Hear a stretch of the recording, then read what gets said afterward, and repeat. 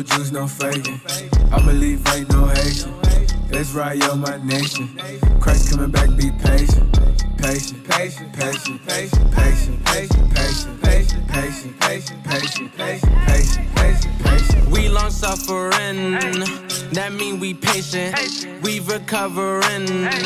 Awake the nation, change your mind, transformation. Present God's lost presentation. Only way you get salvation. Christ gave us the demonstration. I ain't Haitian, I ain't black. I am Israel, that's a fact. My spirit bear witness, I'm dismissing Christmas. Encounter a Christian, God's work up with quickness, reviving the sickness. Asking for patience and asking forgiveness. I'm doing His business until it's the finish. His work keep me driven, His goodness He giving. Hey, hey, hey.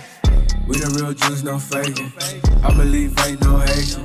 It's right, yo, my nation. Christ coming back, be patient. Patient, patient, patient, patient, patient, patient, patient, patient, patient, patient, patient, patient, patient, patient. Build up your patience, hear out the words that I'm speaking in cadence. I just opened up the book of the truth, flipping the pages, looking for salvation. And I just been praying we make it. I've been praying we make it. And I just been praying we make it. I've been praying we make it. And I just been busy converting my mind. The Most High is showing you wonders and signs. Seek out the wisdom and surely you'll find the key to the gates of the greatest of times. Yeah. The Spirit on me while I'm rhyming these rhymes. Turn from your sin and repent of your crimes. Endure to the end, keep your faith and you're fine. We the real Jews, no faking. I believe ain't no Haitian. It's right, yo, my nation. Christ coming back, be patient. Patient, patient, patient, patient, patient, patient, patient, patient, patient, patient, patient, patient, patient, patient, patient.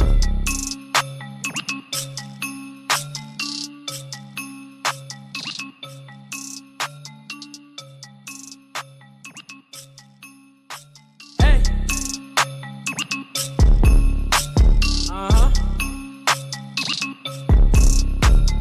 Hey.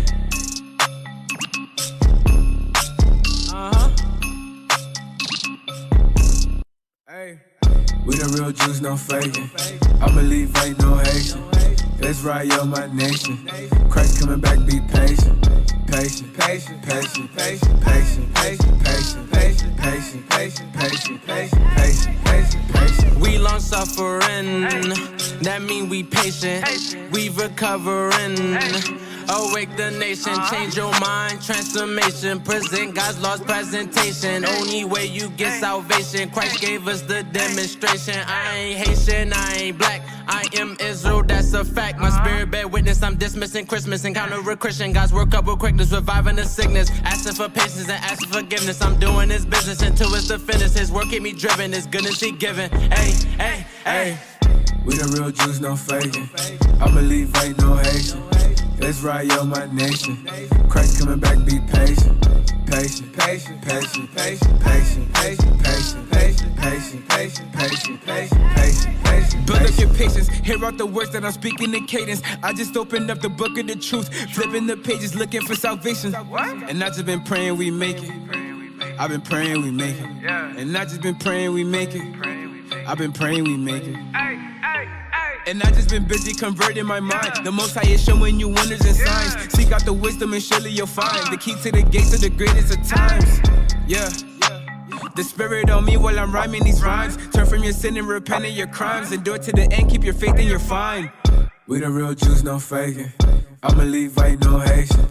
It's right, yo, my nation. Christ coming back, be patient. Patient, patient, patient, patient, patient, patient, patient, patient, patient, patient, patient, patient, patient, patient, patient.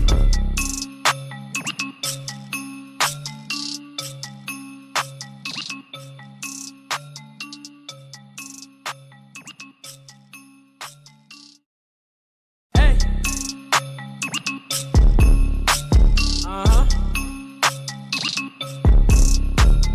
Hey.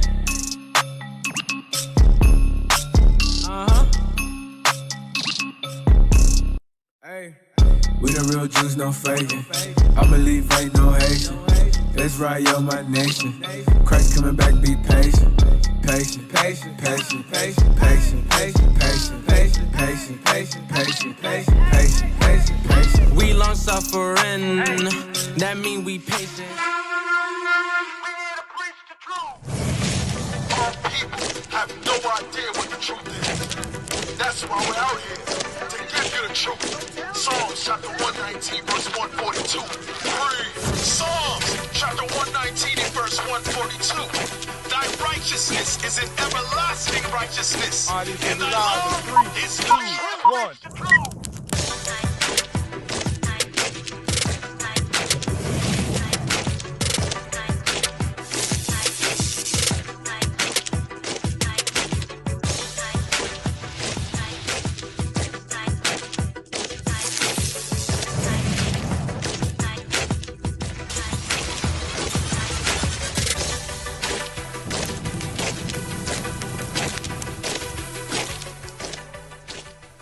Hey, shalom. Look. Bless. Yes, sir. Spoken of patient saints. Radio. There you go. I say it was kind of somber. What? It was like Patient Saints Radio. Radio. It's us again. Hey, shalom, family. Most High in Christ bless. I am Officer Solomon. Officer Carmela. Officer Benji. Yeah. Officer Soraya. It's Officer Elisha here. Officer Elrad. Officer Simeon. He forgot his name. He forgot his name. Back He was then. watching Patient Saints. He was like, well, I'm watching He Patient watching the Saints. show. Right. Yeah. He said he'll watching the show on the TV. He was like, damn, they on Patient Saints already on. It's already 10 o'clock. Nah, House praise. of Officer Jabez. Nah. Sister Naoma. All praises. So All Naomi, praises. you like them pictures yesterday that they were putting up in Sabbath class. Really? You know, with all the splashes of color everywhere.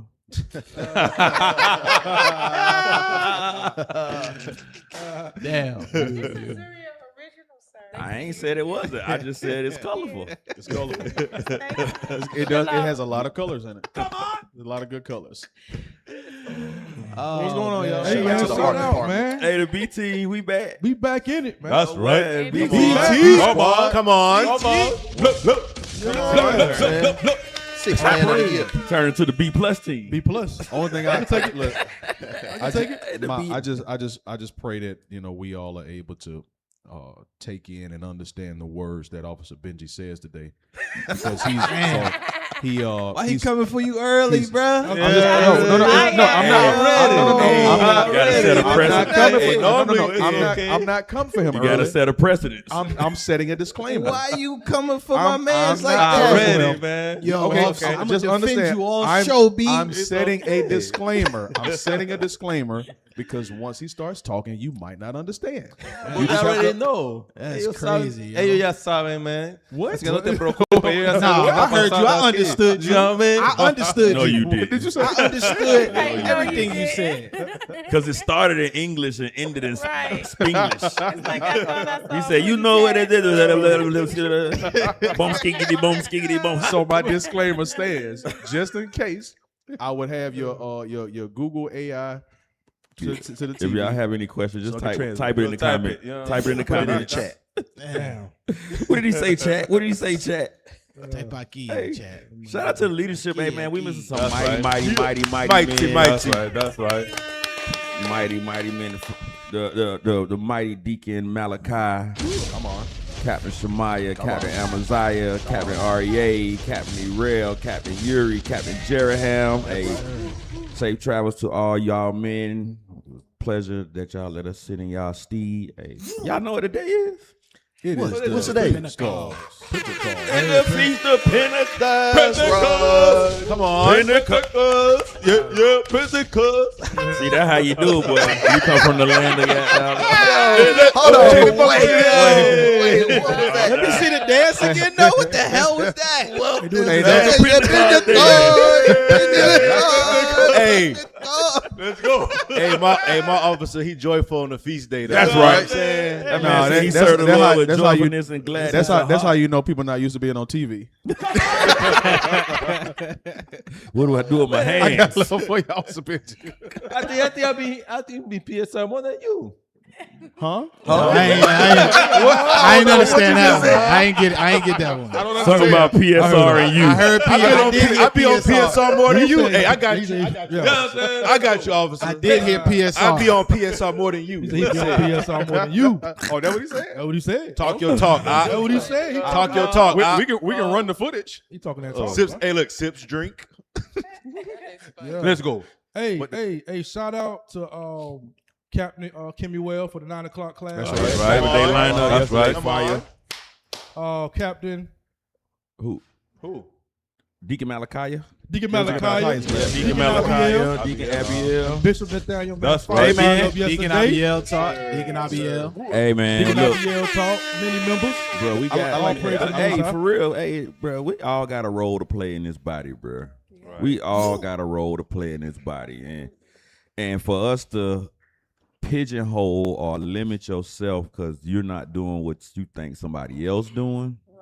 It's crazy because, like, Deacon Malachi went through it. You might have to wait for that talent or whatever the Lord have for you to develop. Because guess what? You might get here and you got a lot of stuff to work out.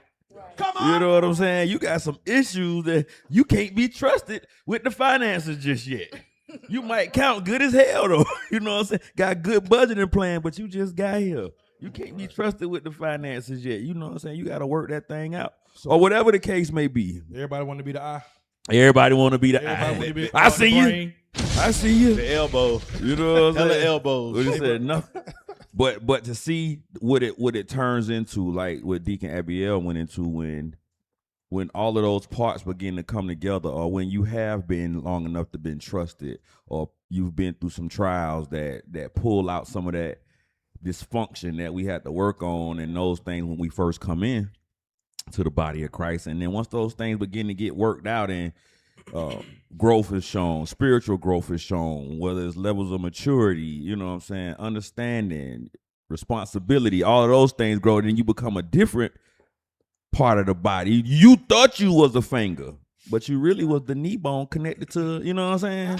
Hey, can we let's real quick? Can we read that real quick? 1 Corinthians 12, and start at verse 12. 1 Corinthians chapter 12 and verse 12. Come on! For as the body is one and have many members, and all the members of that one body, being many, are one body. So as the officer was stating, right, we all play a different role.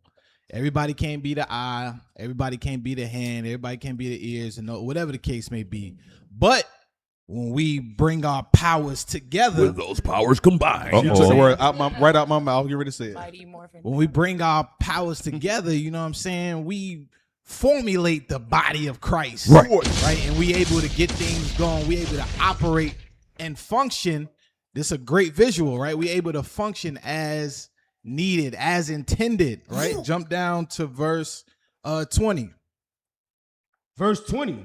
But now are they many members, yet but one body. Come on. And the eye cannot say unto the hand, I have no need of thee, nor again the head to the feet, I have no need of you. So we all, what does that say? We all need each other. Bishop always say, this isn't a one-man job. No one man can do this by himself. This takes a team of individuals coming in like mind, like spirit to accomplish a goal. It takes teamwork. It takes the kitchen team. It takes the AV team. It takes the broadcast team. It takes the cleaning team, right? It takes all these teams that we see formulated in the body in order to make this a place that we all can call home. Come on. Nay, much more those members of the body, which seem to be more feeble, are necessary. So sometimes you may be in an office, or you may be the part of the body that seems, what the scriptures say, seem to be more feeble. Stewardship. Right? Come on. And those members of the body, which we think to be less honorable, upon these we bestow more abundant honor. And our uncomely parts have more abundant comeliness. So you might come in and you see, you might see brothers, the camp teachers or the, whatever the case may be. And you might not esteem the officer that's over the cleaning department as much, right? Or you might not esteem those brothers that's in stewardship as much. But guess what? We all play a role. We all play a role. And without one another, it won't work. Right. It won't work. The scriptures say, hey, read verse 23 again. Verse 23. And those members of the body, which we think to be less honorable. Upon these we bestow more abundant honor. You see that? Upon those that you may seem that are less honorable, you gotta esteem more, right? Because for it, like if we don't clean the school, right? Like nobody wants to clean like toilets. Nobody wants to clean the bathrooms, but you know when you done been in a nasty behind bathroom before. Bro, that's how Buc-ee's got famous, because they just had the cleanest bathroom. Yeah. You know what I'm saying? And I'm just saying that to on the point that you was making. Mm-hmm. But that esteeming those less as, esteeming those more honorable, those ones that seem less. You finish? It's a less honorable or a less esteemed position. Like nobody goes and like, I want to be over the bathroom. But let it be pissy. But let it be nasty. You'll be catching a fit about it, right? Those things. Remember the brother Barack Shah? That was here. They always talk about the store in New York, how what was it, the filters he was changing or something like that? Right. That he would do, and when he passed, brothers realized that it wasn't being done. But it was a pivotal part. He had a pivotal part to play in the body by continuing that office. Right. We breathing clean. Nobody recognizes it when it's happening. When you're constantly doing it, and you know what I'm saying, you don't have to think about it. But when it stops, then you realize how important. And how important. Because it's funny we talk about it. Anecdote. So at one time, we just read the scripture. It said the eye can't say to the hand that I have no need of thee, right? And that's funny because blind people have to use their hands, which is funny because they got to read in Braille because they can't see. But I used to when I was working a long time ago, I burnt my eyes welding. And the panic that ensued when I couldn't see no more. You know what I'm saying? And I'm saying that to say, like, when you have all your faculties and you have these things, and then something stops and you're not used to not having it. You know what I'm saying? The level of uncomfortable and discomfort and panic that sets in, because all I was thinking was I'm never gonna see again. Because I went blind for probably like 3 hours or so, like can't see nothing, and like the panic that happens. So that same thing applies to us in this body when you think that what you're doing is not valuable, or we look at those things like not valuable. And that's why I mentioned the stewardship, because we have brothers and sisters that look at the stewardship like, oh, it's not an office, or because I'm older. But guess what? You might be going into the stewardship program, or might join the stewardship program as an older brother or sister. But that equates to experience, right? That translates into something that you're gonna teach somebody younger, because most strive for the purple shirt, right? And they don't esteem that the talents that you have and that you're using them for Christ is the most valuable thing. You know what I'm saying? And you have to begin to look at it that way. Like, Christ don't ask some people to do anything for him. You know what I'm saying? We think of it that way. You in this body, and Christ never asked you to do anything for him. Like, you really, sis, what you says? I say you temporary. Right. You know what I'm saying? Like, how you be here for years and Christ don't never. And that's how I look at everything here. Everything that you do here, it's not, hey, the officer asked you to do it. The captain asked you to do it. The sister asked you to do it. The deacon asked you. The bishop asked you to do it. Christ asked you to do it. Right. Whatever's happening in here, Christ asked you to do it. Mm-hmm. This is the body of Christ. This is Christ's work. He's the cornerstone. This is his facility. This is his. So anything that you're asked to do here, Christ asked you to do it. So if you go into the stewardship program, Christ asked you to help the stewardship program. Come on! Don't look at it as, oh, that's where they send the old people to die or something like that. It's like, and it's not a dishonor to be placed strategically somewhere. Right. Like, that's the best teams know how to utilize the members of the team. Right. So in order to do that, it may cause some uncomfortability.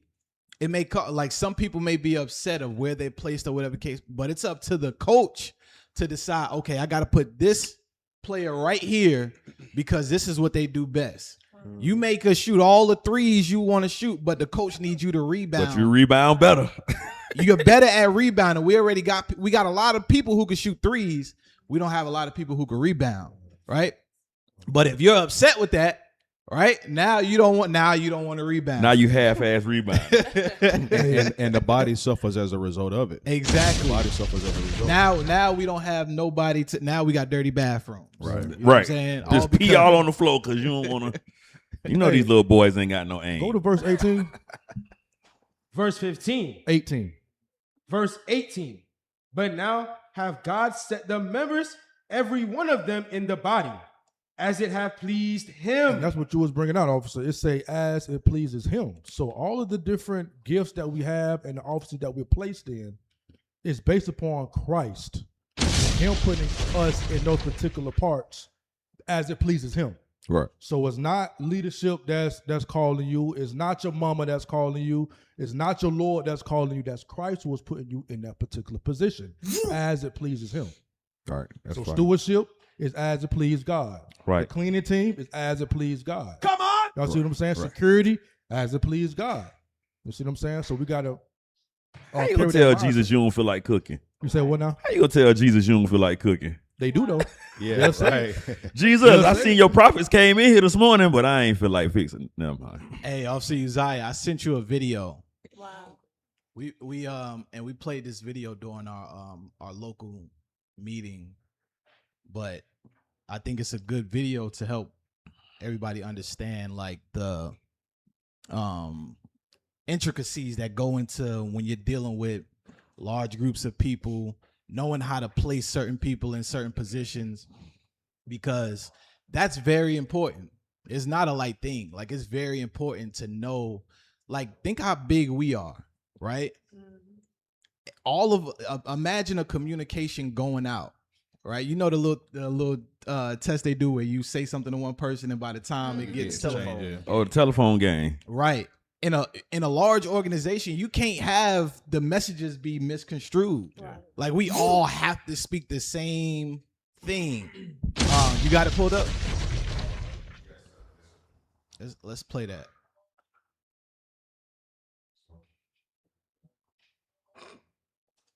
There's a difference probably in how you think about leading the large team versus a small team. How do you think about that, Scott? And you said it in your word, team. That in large organizations, it takes the enterprise. I tell everyone that it's not me, but it's we. And in order for me to manage, the hundreds of thousands of people in our organization, that it takes the team.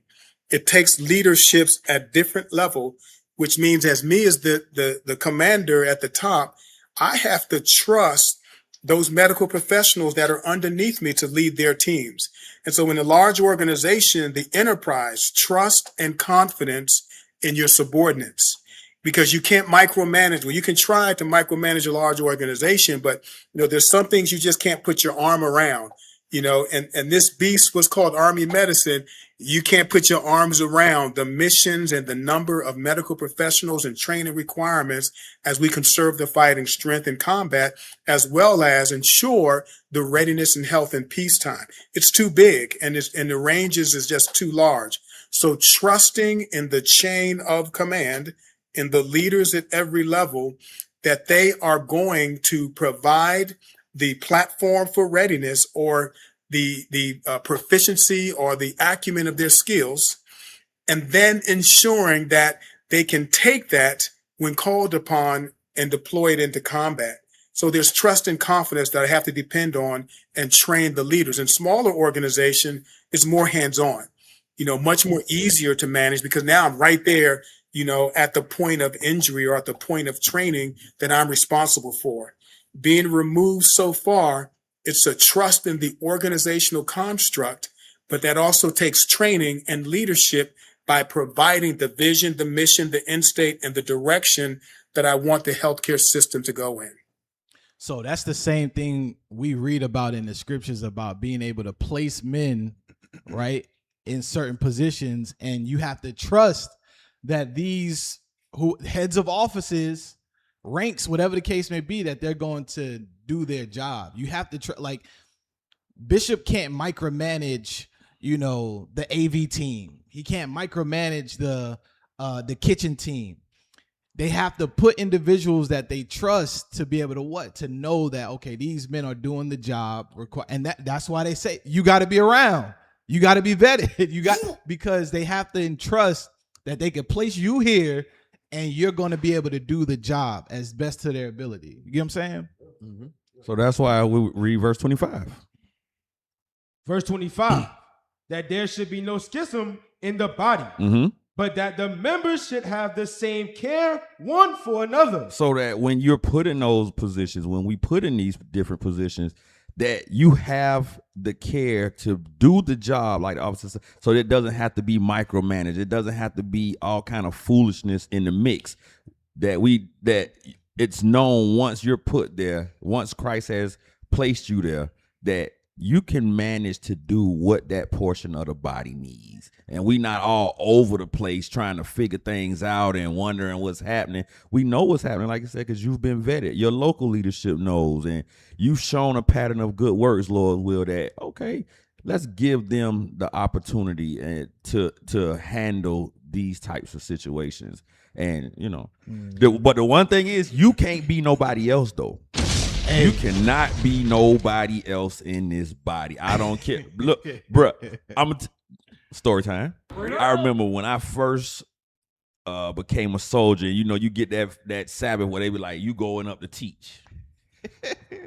Yeah. And what I had been seeing was, I'm about to be just like Cap. I thought I was gonna teach.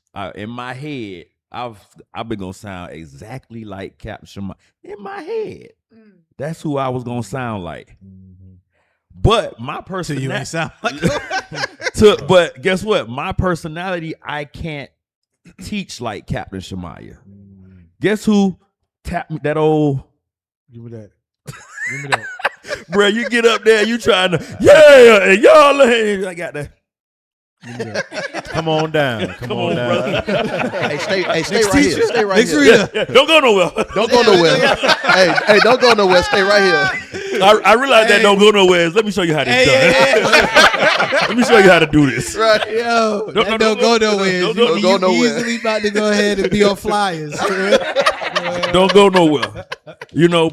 But then when I saw another teaching, I was like, oh, every teaching don't have to be the same. Right. You know what I'm saying? And I had seen it, but when you're watching the videos or whatever at home, all you're hearing is the scriptures. You're not thinking about, the medium. You're not thinking about the format and the diaphragm and the spirit that go into. You just watching videos. But once you get there and you actually start whether it's teaching or reading or fishing or whatever the different things that go on at camp, then you realize there's actually a spirit that's involved with this. Some people have the spirit to be able to go and talk to brothers and sisters and bring them to the camp. Different gifts. Yeah, right. Different gifts. That's what he said. You know what I'm saying? So when you get there, you start teaching, and you think that you're gonna sound like somebody else.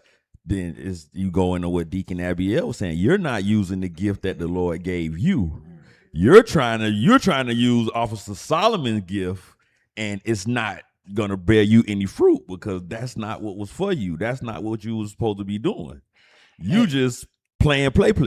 Hey, remember during the time of Maccabees when the brothers wanted to do what you saying we shouldn't be doing? Go get a name. They wanted to just get themselves a name, right? Because they heard about the valiant acts, right?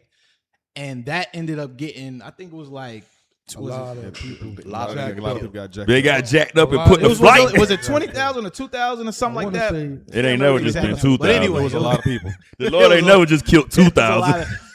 The brother, by chasing titles, names, right? Those things caused a lot of our people to get put to death. So it shows how serious it is to not want to just do something for rank or something. Do something for rank, do something for title. And that's what we had to talk to brothers about, that type of stuff too. About, why didn't get ranked up and this type of stuff. Listen, you always got to look at it and say, what can I do to improve?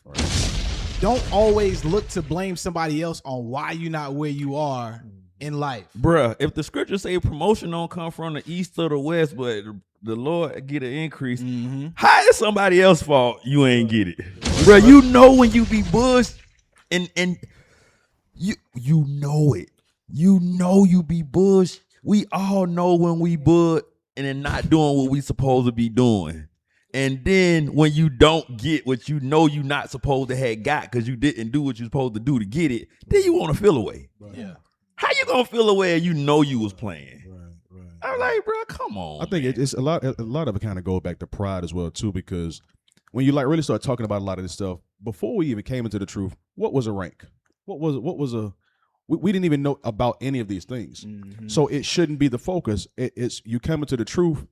And I talked to a lot of brothers about their first coming to the truth. And I think we all had a similar experience. You first come in and it's just, excuse me, like the first couple of weeks or months or whatever, excuse me, it's just nothing but nonstop videos, right? All you can do is think about videos, watching videos. And then you start telling your parents, telling your friends.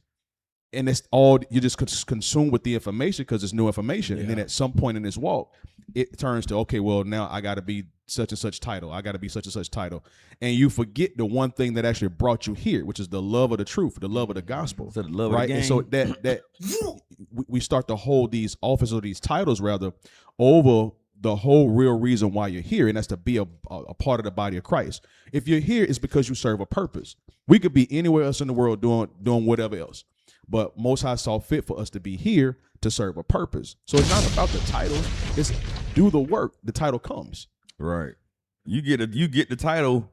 You get the title when you don't want it. Yeah. Right. You be like, I don't want no title. I just wanted to help. I just was mopping the flow. They want the title. They don't want to do the work that come with the title. Oh, yeah. You don't want to do the work that come with the title. Hey, can I get I was about to say, I thought that side was dead over there. Let me get Job 32 and 22. Let me get Job 32. Hey, bro, you in the spirit. Boy, just wanted to be on the show to sit. What? But one thing, we went to New York. We went to headquarters last week, and one thing that Deacon Athan said is, whatever you are, whoever you are is what you are. It doesn't matter your title, like whatever your rank is. If you let your rank control who you are, if you lame, that's what you like. It doesn't matter if you a 50 or a captain. You a lame at 50. Yeah, so that what they said? They say you're lame 50. That what he said? Whatever it is, that's what you are. So you can't let a title control you. It's men that they've been taken down, they still have respect amongst their peers, even though they got taken down. And just because you staying in a stead doesn't mean that you uphold to that rank. I think he said something like, if you was nothing without the title, you're gonna be nothing with the title. Yeah. I've had that thought. Like, man, some people y'all just lame. You was lame before you came in here. You was because you weird, bro. And you get here, you show that same weirdness. You be like, oh, you was weird before you got here. You've been like this. This is you. You was weird. Hey, go ahead and read that, Soldier. Job chapter 32 and verse 22. For I know not to give flattering titles. So 50, 70, 80, a captain, right? These different titles that we get in the body. Read. In so doing, my maker would soon take me away. So we can't get lost in the title, but just doing the work of the Lord. It don't matter if you're a soldier and what's coming down through the eyes of leadership, the things that they're trying to accomplish. We can't allow these things to control us where now you're not going to do the work because if you get taken down or because then you wasn't doing it for the Lord. You was doing it for men. Right. Absolutely. Hey, so shout out to the Sabbath Day lineup, man. All praises, man. Hey, shout out to Bishop too now with that Colossians chapter 2. Right. Let's not forget that, but he went verse by verse. Also, those are some of my favorite classes. Like I love when the leadership do like the chapters, because like there's been quite a few times Captain Shemaya's done it as well too. But I like it because a lot of times we often get criticized for not staying in context. Right, because we are skilled enough in the scriptures to know how to go precept upon precept, and the average person is not able to do that. But to go from verse 1 and then to explain everything that's going on in the chapter, it solidifies the point that leadership teaches us every single Saturday. the Bible is for us and only for us. And when you have these other nations keep trying to want to pick and choose their little small verses, it falls apart because you're going to accuse us of not being in context. Okay, verse 1. Who is he talking to? He's talking to Israel. So that means the rest of this is talking about Israel. What is he talking about? Get around it. What is he talking this? But It was a killer. You got to look at these classes as bishop and leadership are preparing us for war. You can't just look at it as, oh, that was a nice class. No, he's actually giving us the tools that we need. So when we go out there and get confronted by apologetics, we won't be looking crazy. Right. Many of us, we're not taking advantage of the classes. We just looking at them, oh, that's a good precept.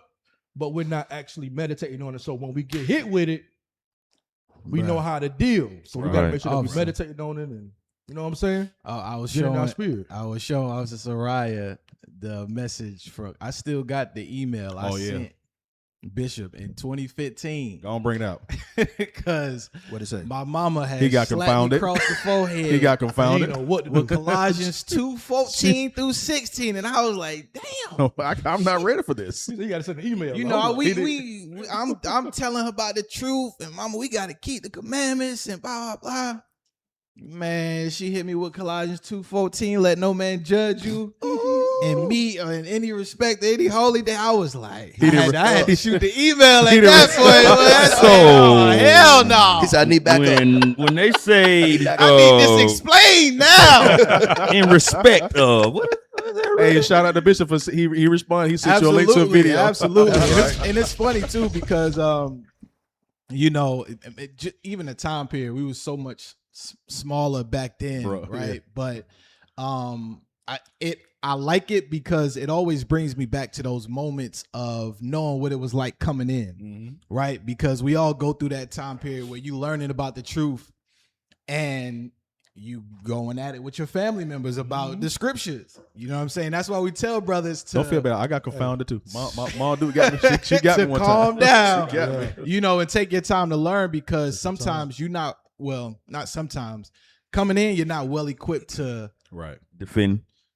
defend the gospel the way you need to, right? So that's why it's good to give them a flyer, invite them to the school, send them the videos, because you're not able to yet articulate the scriptures the way you need to. You see what I'm saying? You'll end up, looking crazy. The way Bishop linked the end of Colossians 2 and the beginning of 3, I was like, I always wonder why he went into that like that. But when and when he went to that Jude to say how we've turned the grace of God into lasciviousness, I was like, damn, we done took that mercy and turned it into, you know what I'm saying? Butthole pleasures. Nonsense. Freaky butthole pleasures. Hey, to your point, Officer Solomon, can we read Colossians 2, verses 7 and 8? Because this is the reason why we got to chill, get built up before you go at it with your friends and your relatives. Read that. Colossians 2 and verse 7. Rooted and built up in him, and established in the faith, as ye have been taught. How? As ye have been taught. As ye have been taught, meaning what? That you got to get built up through the classes that leadership have. That's how you get rooted within Christ. Right. By learning, by meditating, by getting built up, by being around leadership. Come on. Abounding therein with thanksgiving. Beware. What? Beware. So this is the point why you got to get rooted and built up, because why? Lest any man spoil you through philosophy and vain deceit, after the tradition of men, after the rudiments of the world, and not after Christ. That's Mama trying to bring you back to Christmas. That's Mama hitting you over the head with verse 14. Because you ain't rooted, you ain't built up. That's why you got to take your time, calm down. All right, I know you zealous. I know you excited. What? But you just gotta. You evil as hell, mama. Hey, a tree don't get rooted in one day. Right. It takes time to get that root. Right. You don't take care of that new tree, it's gonna be dead.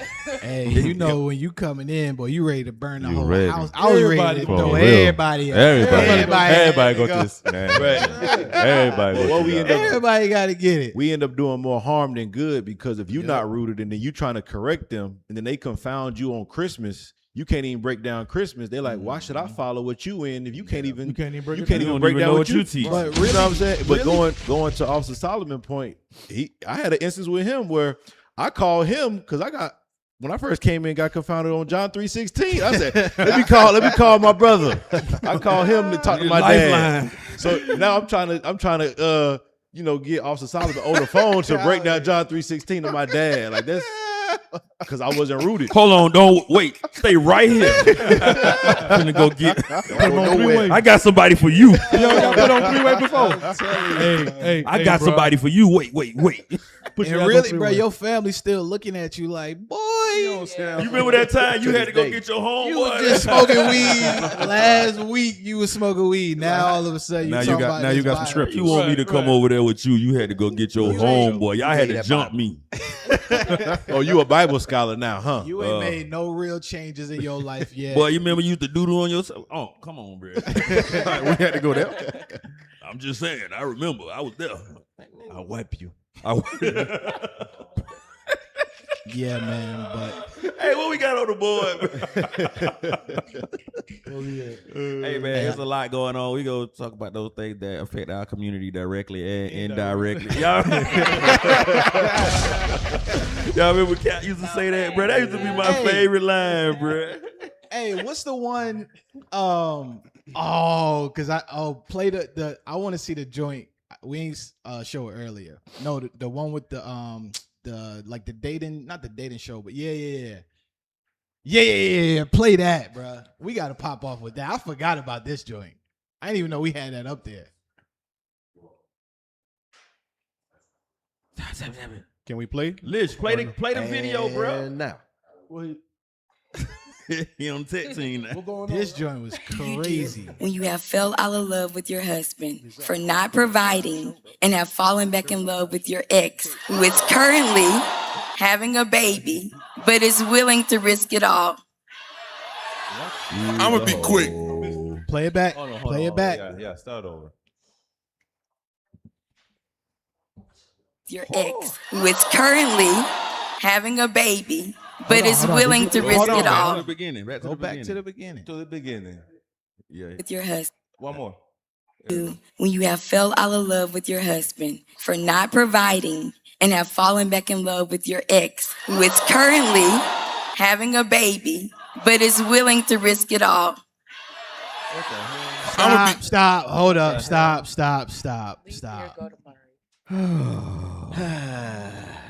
This right here is the black woman today. Come on. This right here is the black woman today. She said she fell out of love with the man that she's married to because he stopped being able to provide. And she's back in love with the nigga who she was with before. That's about to have a baby. How? Ain't no way. How? I've never understood that. That means she never let go. That means she never let go, officer. What's up with all this time traveling? Like, what's up with you going back into the future, bro? Like, she a gold digger, bro. Like the thought of, you see, because now you got to unravel the whole thing. Give me Romans 12:2 right fast. Romans 12:2 right fast. Because the first thing I be having to always think, there's always some lust of the eye going on when you hear somebody say, because you say he's not providing, and we can go and we can look in Sirach and we can see what's the chief things of life. Come on. You can say, is you living outside? You know what I'm saying? Is you watch every night you under the stars? You know what I'm saying? Looking at the, are you outside with the wilderness in nature? You know what I'm saying? What? You don't got bread? You don't got water? So now what you have to say, what is providing? Read that. Romans chapter 12 and verse 2. Come on. And be not conformed to this world, but be ye transformed by the renewing of your mind. That's, you know what? This is where a lot of our people are. This is the bottleneck for the majority of the black community of unrepentant Israelites and repentant Israelites as well. This wanting to be a part of what everything is happening outside or being the same and never looking at the world and looking at themselves and measuring what Christ said versus what the world is doing. Because the fact that you are married, you've never looked at your marriage as the system that it was set up to be. You are looking at it as just a formality of of your sex trade. She wasn't in it for the You know right what I'm reason. saying? It was a formality of her sex trade. That's what it was. It was like, well, I don't want to just be humping to be humping so people could say I got a high body count. So I'm going to marry this one. But when any opportunity came up to be able to go back to that one rod that she, now you ain't providing, you know what I'm saying? You ain't doing this because you're conformed to the world. You're conforming to the standards that the world say you supposed to have, but you're not measuring what marriage is supposed to be. You're not honoring what marriage is supposed to be according to what Christ said. Read that. Finish reading. That ye may prove what is that good and acceptable and perfect will of God. So if you was to honor your marriage and uphold that, you would prove what is acceptable to the world. You will be able to prove what is acceptable by God to the world through your behavior. You would be able to say, this is what marriage is supposed to be. I can honor my husband. You know what I'm saying? I can take the direction that he's giving me. I can accept the life that he's providing for us because he's a man that follows God. We're not homeless.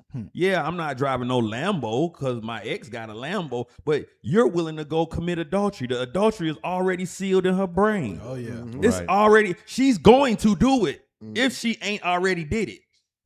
She's going to do it. She already been flirting with it. You know, I'm saying she's going, she gonna go. She came here for confirmation. Yeah. As soon as somebody said, "Girl, I wouldn't put up with that," Right. she finna go let it, and she know she's really willing to destroy 2 marriages. Yep. The selfishness, brother. The level of read that again from the top. And be not conformed to this world. Bro, this is a lascivious world right now we live in. Everybody only thinking about freaky. Bruh, the world is too freaky right now, bruh. Everybody freaky. Everything freaky, bruh. And it's the same way. And marriage amongst this has no honor. There is no marriage is honorable. Marriage is a whole facade of just saying, I'm not a freak. Plain and simple. That's what I'm starting to see the world use it as. Hey, play it. Is willing to risk it all. Bring it back. I'm gonna be quick. Your ex, who is currently having a baby, but is willing to risk it all. I'm gonna be quick. Cause you at the wrong podcast. And they laughing like it's just cool. I hope her husband see this. Yeah, I do too. Absolutely hate to be your husband. That's just wild work to me. Like, you're willing to leave your husband for another that got a baby on the way. That's crazy not, work. No, let me correct that. That is not why I'm leaving my husband. Damn, what I told you. I told you. Okay, hold up. And the fact that the other dude having a baby ain't strike her at all. She wanted to clear up. No, but that's not the reason. No, that's not the reason I'm leaving. Yeah, okay. What was you about to say? No. Oh, okay. Run it back. Play it. Husband for another that got a baby on the way. That's crazy not, work. No, let me correct that. That is not why I'm leaving my husband. What I left him for was because he was not able to provide for me. This was something that has been going on for a year and a half. Was he ever able to A year and a half. That's a season. So yes, I married him because he was able to provide. He was there to secure. He was able. There you go. Out of here. You said a year and a half. That's a season. You ain't even giving him a chance to overcome whatever he was going through. You supposed to help him through that. You know what I'm saying? So how long? Okay, I understand that. Till death do you part. Till death do you part. Till death do you part. Okay.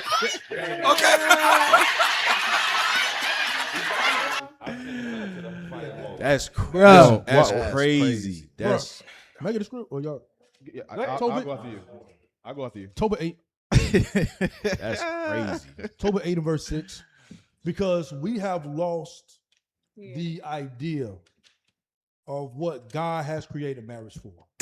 Yep. Now, marriage nowadays has become very, very selfish. But marriage is supposed to be selfless. Well, You bars. understand? You know what I'm saying? But we have lost all of that. But read that. Tobit chapter 8 and verse 6.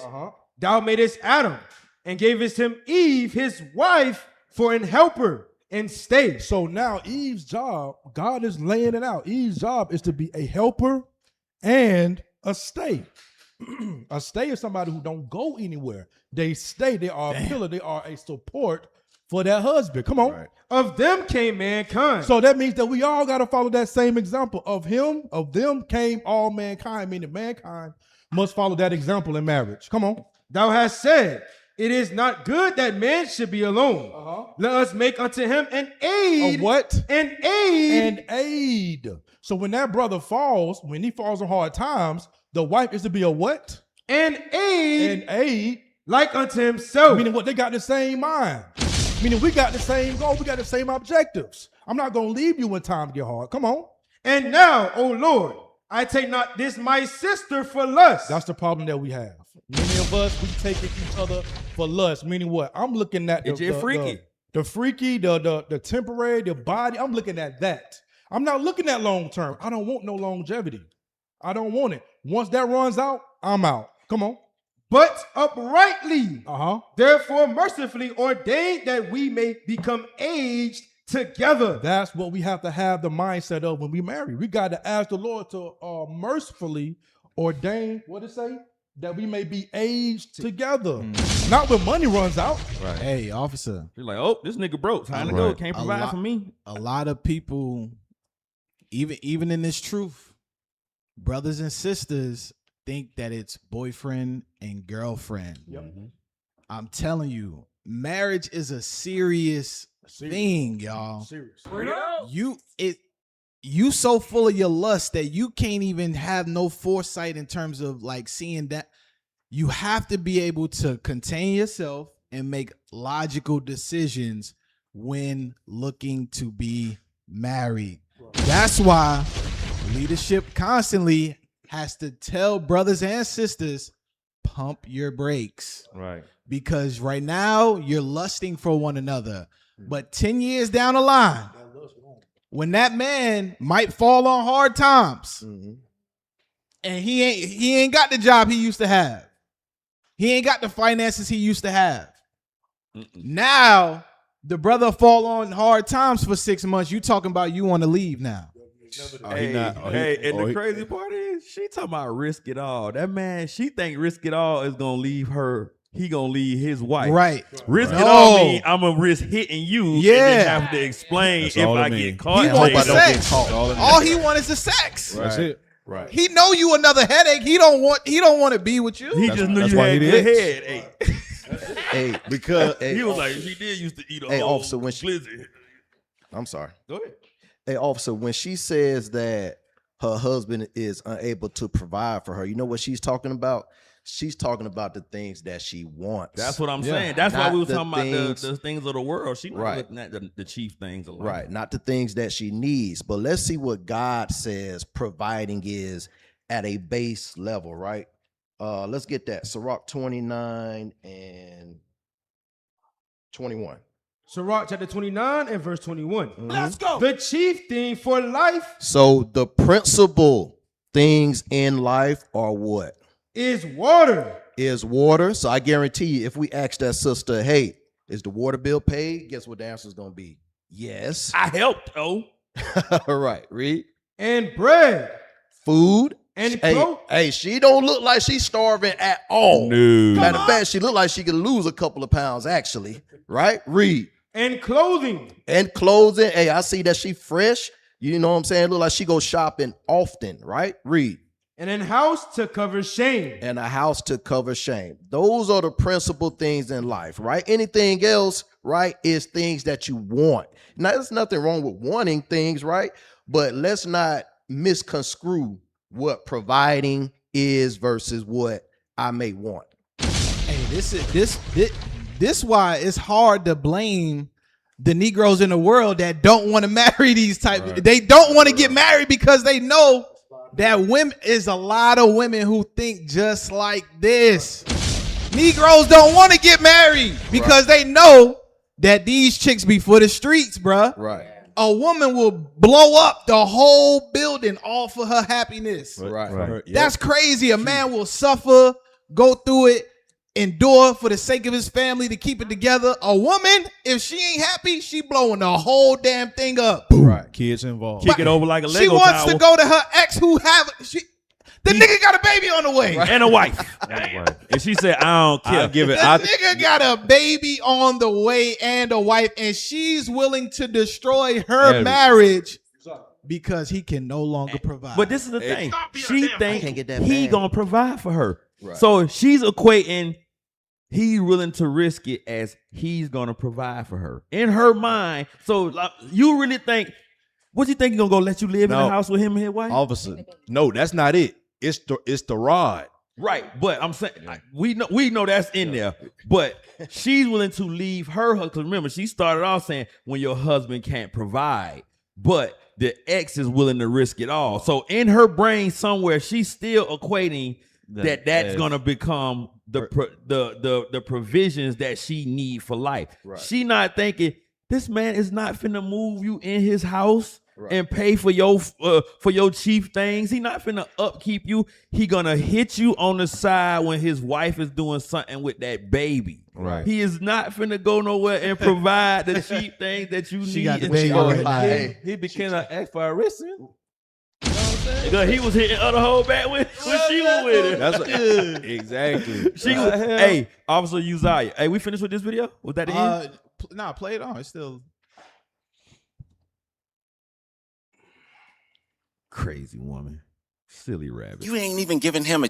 Yes, I married him because he was able to provide. He was there to he was able.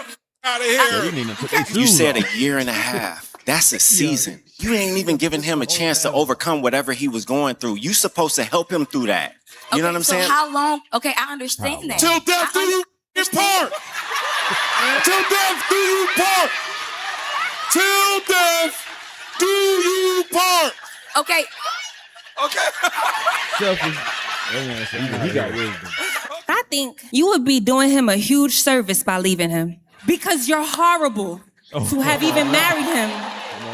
Not as a person, I don't know you as a person, but to have even married somebody out of convenience and out of obligation because you probably just wanted to be married. I think you guys should both go your separate ways so that you can find people who love you and who you love. Let me just add this point. If you love someone based on conditions, when they do not meet those conditions, you are going to try to find a way out. If God loved us based on conditions.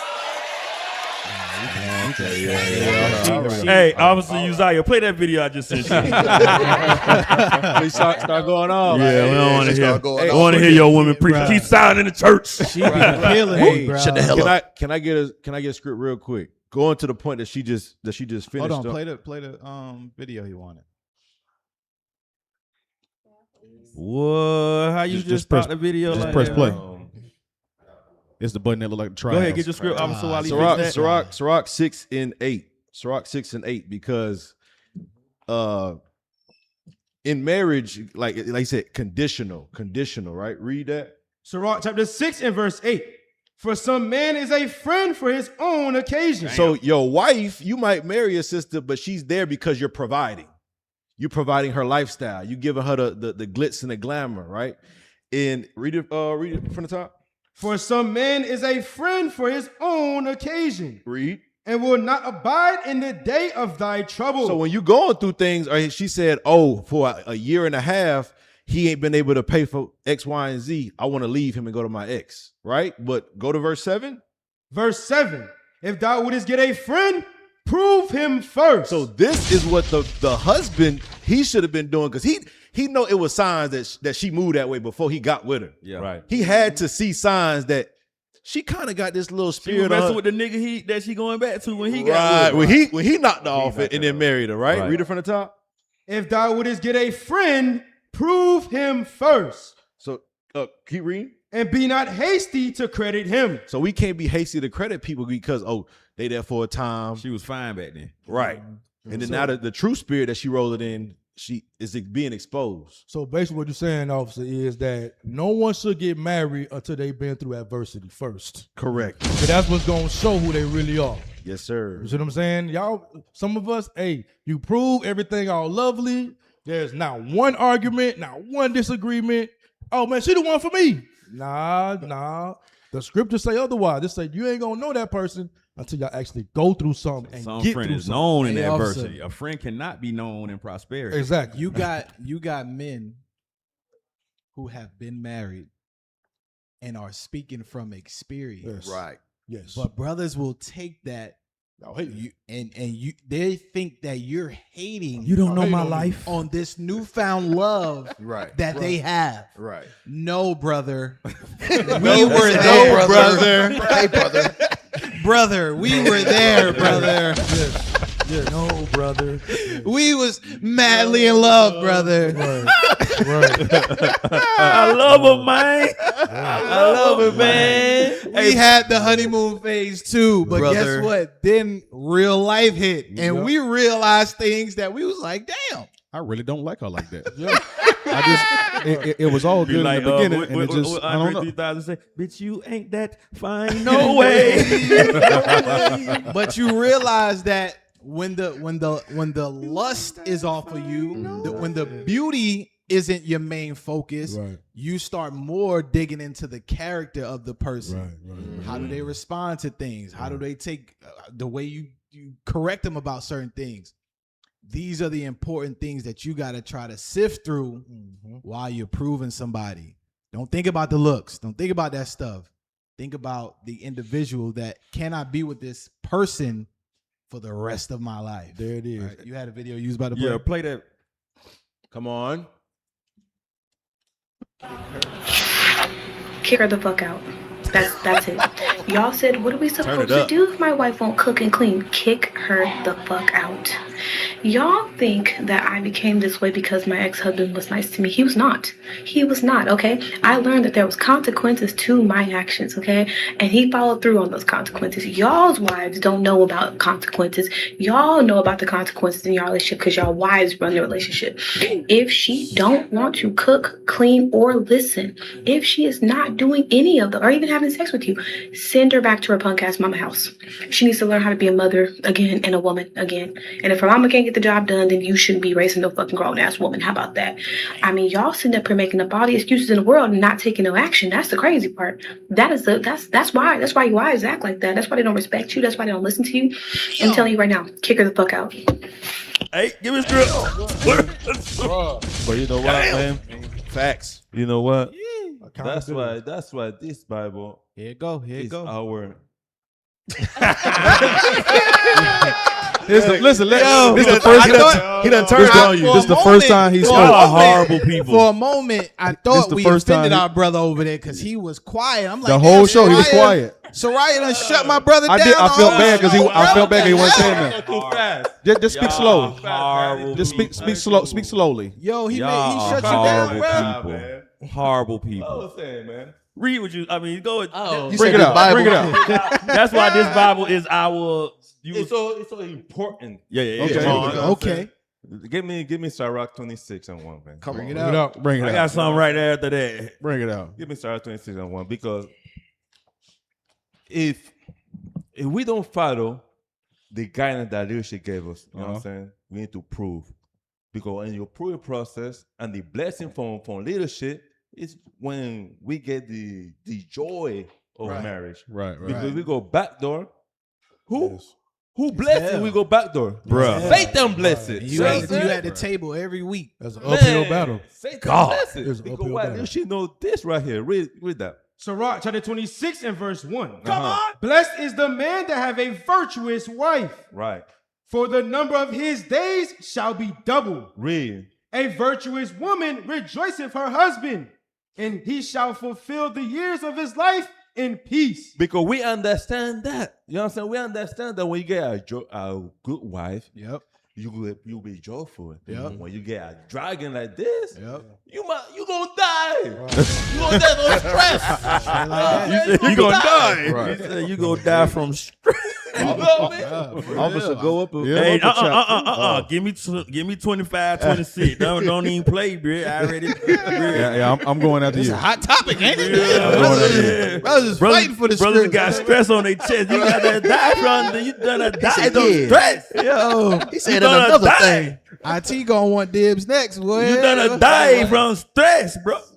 Read that. Sirach chapter 25 and verse 26. Uh-huh. If she go not as thou wouldest have her, cut her off from thy flesh, and give her a bill of divorce, and let her go. Send her back to her punk ass mama.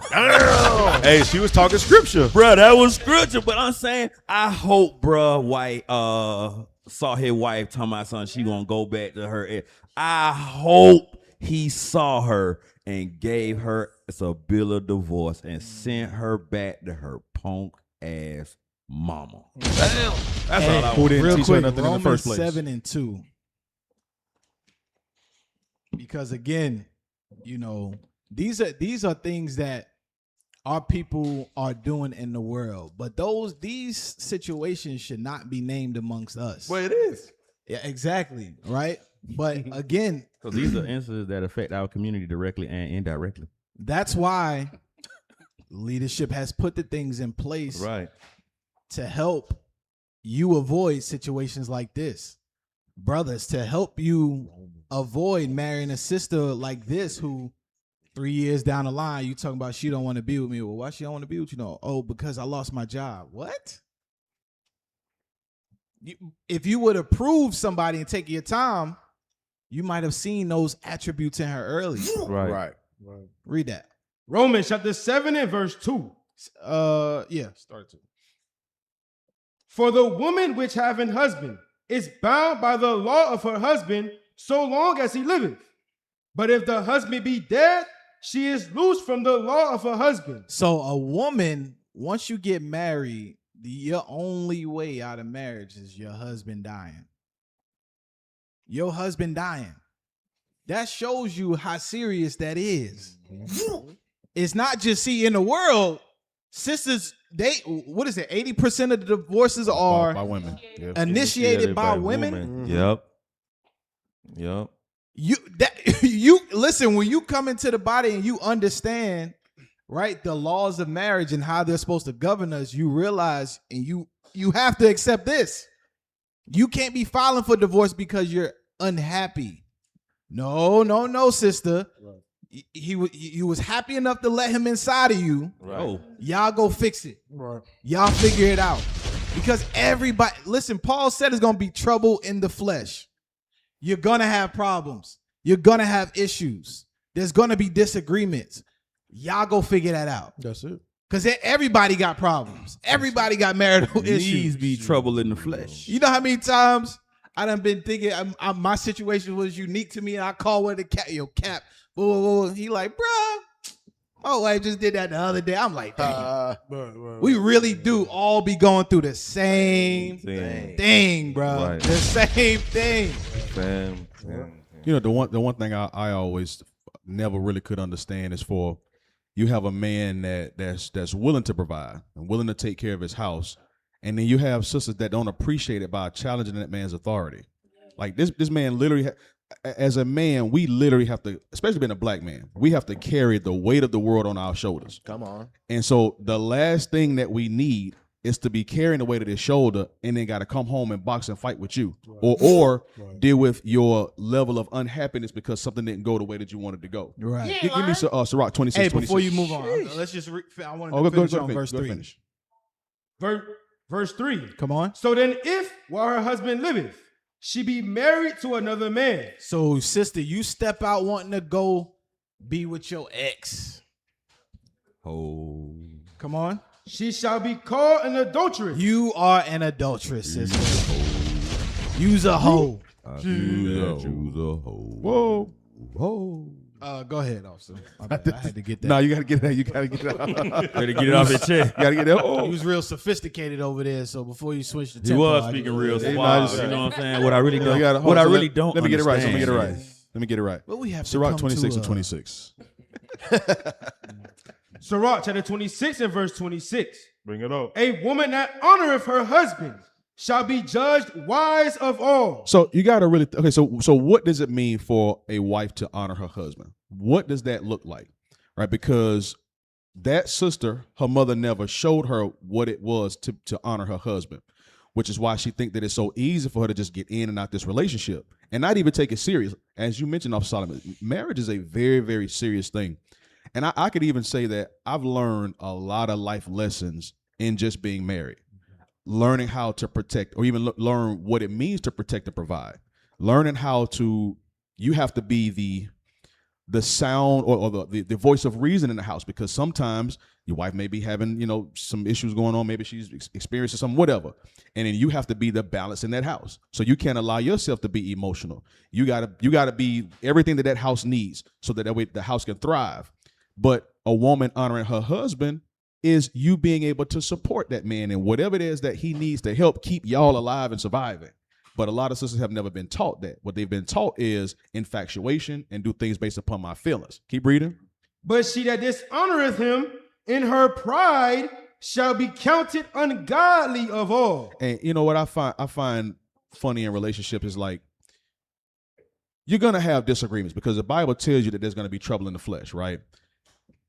But in that trouble in the flesh, you ain't really going nowhere. You're not going nowhere, and she ain't going nowhere. Right. So you just allowing yourself to be upset just for whatever reason. Just it's listen. When you turn on the news, the world finna blow up. Right. We any day now this thing finna blow up. Come on. And you would rather waste time arguing and fighting and bickering over small stuff rather than learning how to work together and figure it out. Scripture say Most High, he ain't even listening to your prayers. Y'all got to fix this thing and not make it so easy to want to escape.